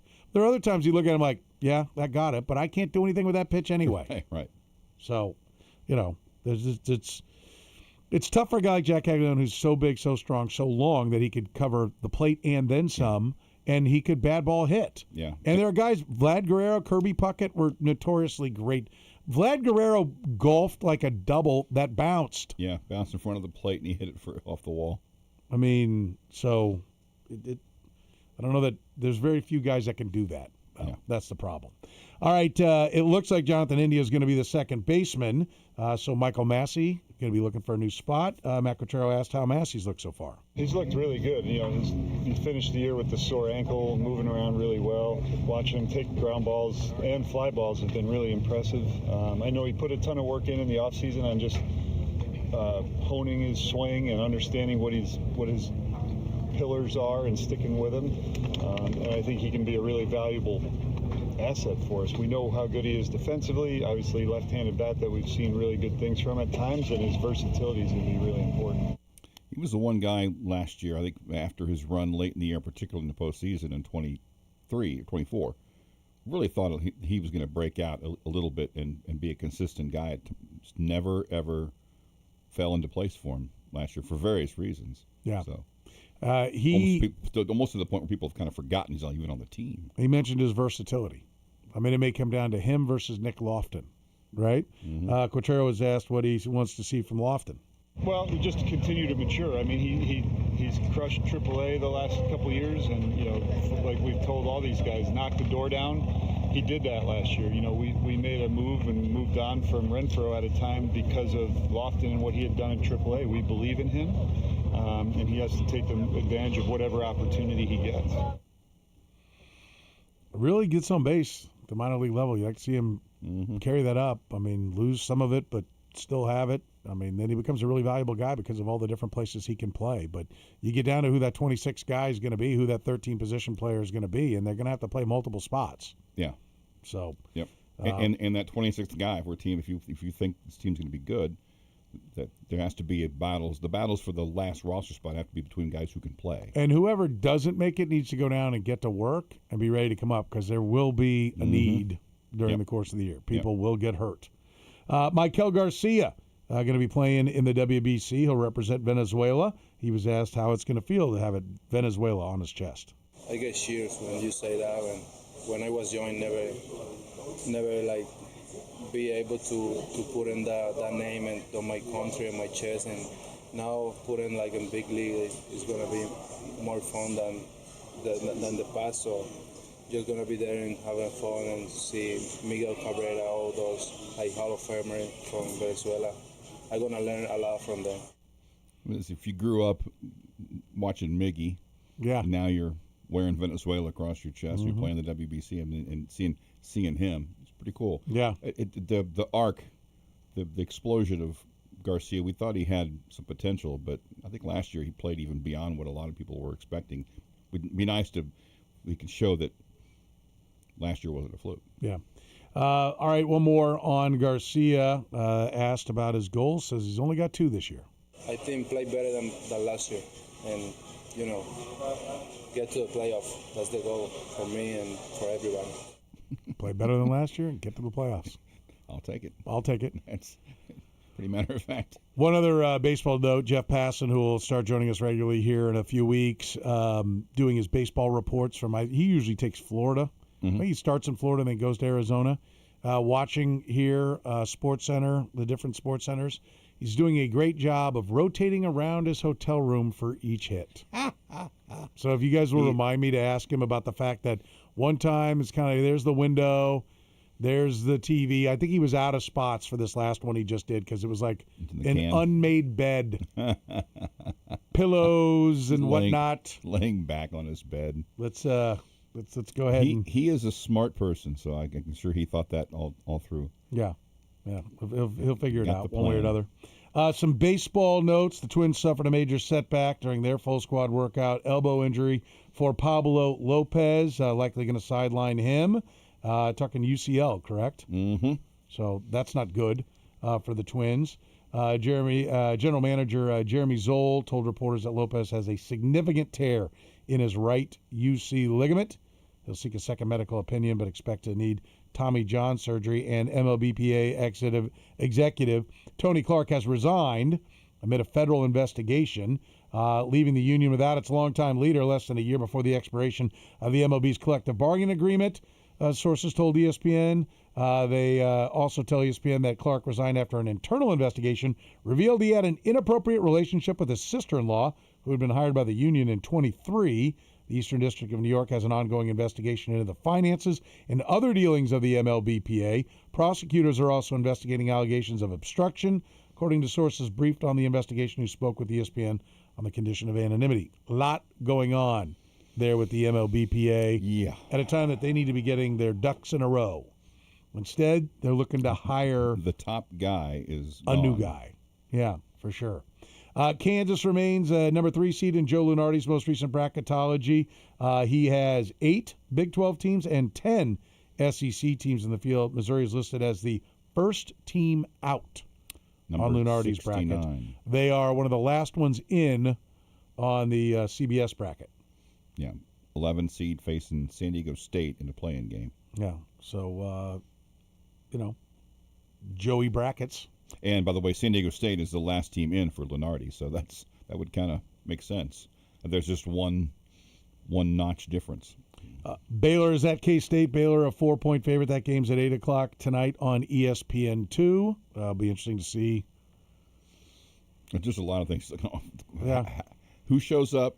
How many show up? What's the atmosphere like? And then I kind of want to see And like what does the team do? the coach pre-game handshake, the coach post-game handshake, some press conferences. I don't know that I need any of the basketball. Yeah. I could probably live without Scott that. Drew's post-game presser will be can't miss.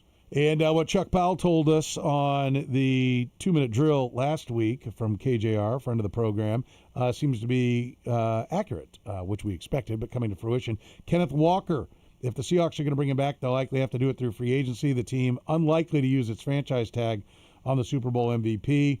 It is got a number of different things they're trying to do, but not going to hang the $14.1 million franchise tag on him. So Kenneth Walker will at least be out there on the free agent market and have a chance to go someplace else. We have a chance to go talk to Gary Parrish, our college basketball insider from CBS Sports. We won't miss it. We'll bring him on next.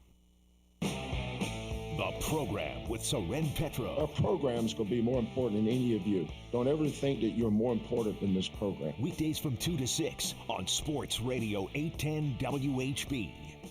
Are you in the market for a new vehicle? Well, let Roberts Robinson Chevrolet GMC help you out. They are Kansas City's best. I know they've helped me and my family out. They'll help you out as well. You want top dollar on your trade, right? That's what you get at Roberts Robinson. I can tell you there's nothing more frustrating than bringing your vehicle in. You know the numbers. You know the ballpark we're talking about. And they start that little game of throwing in way below. And you have to be like, are we really going to do this? Are we going to go back and forth? I don't have 2-3 hours to do this. That's not how it works at Roberts Robinson. Great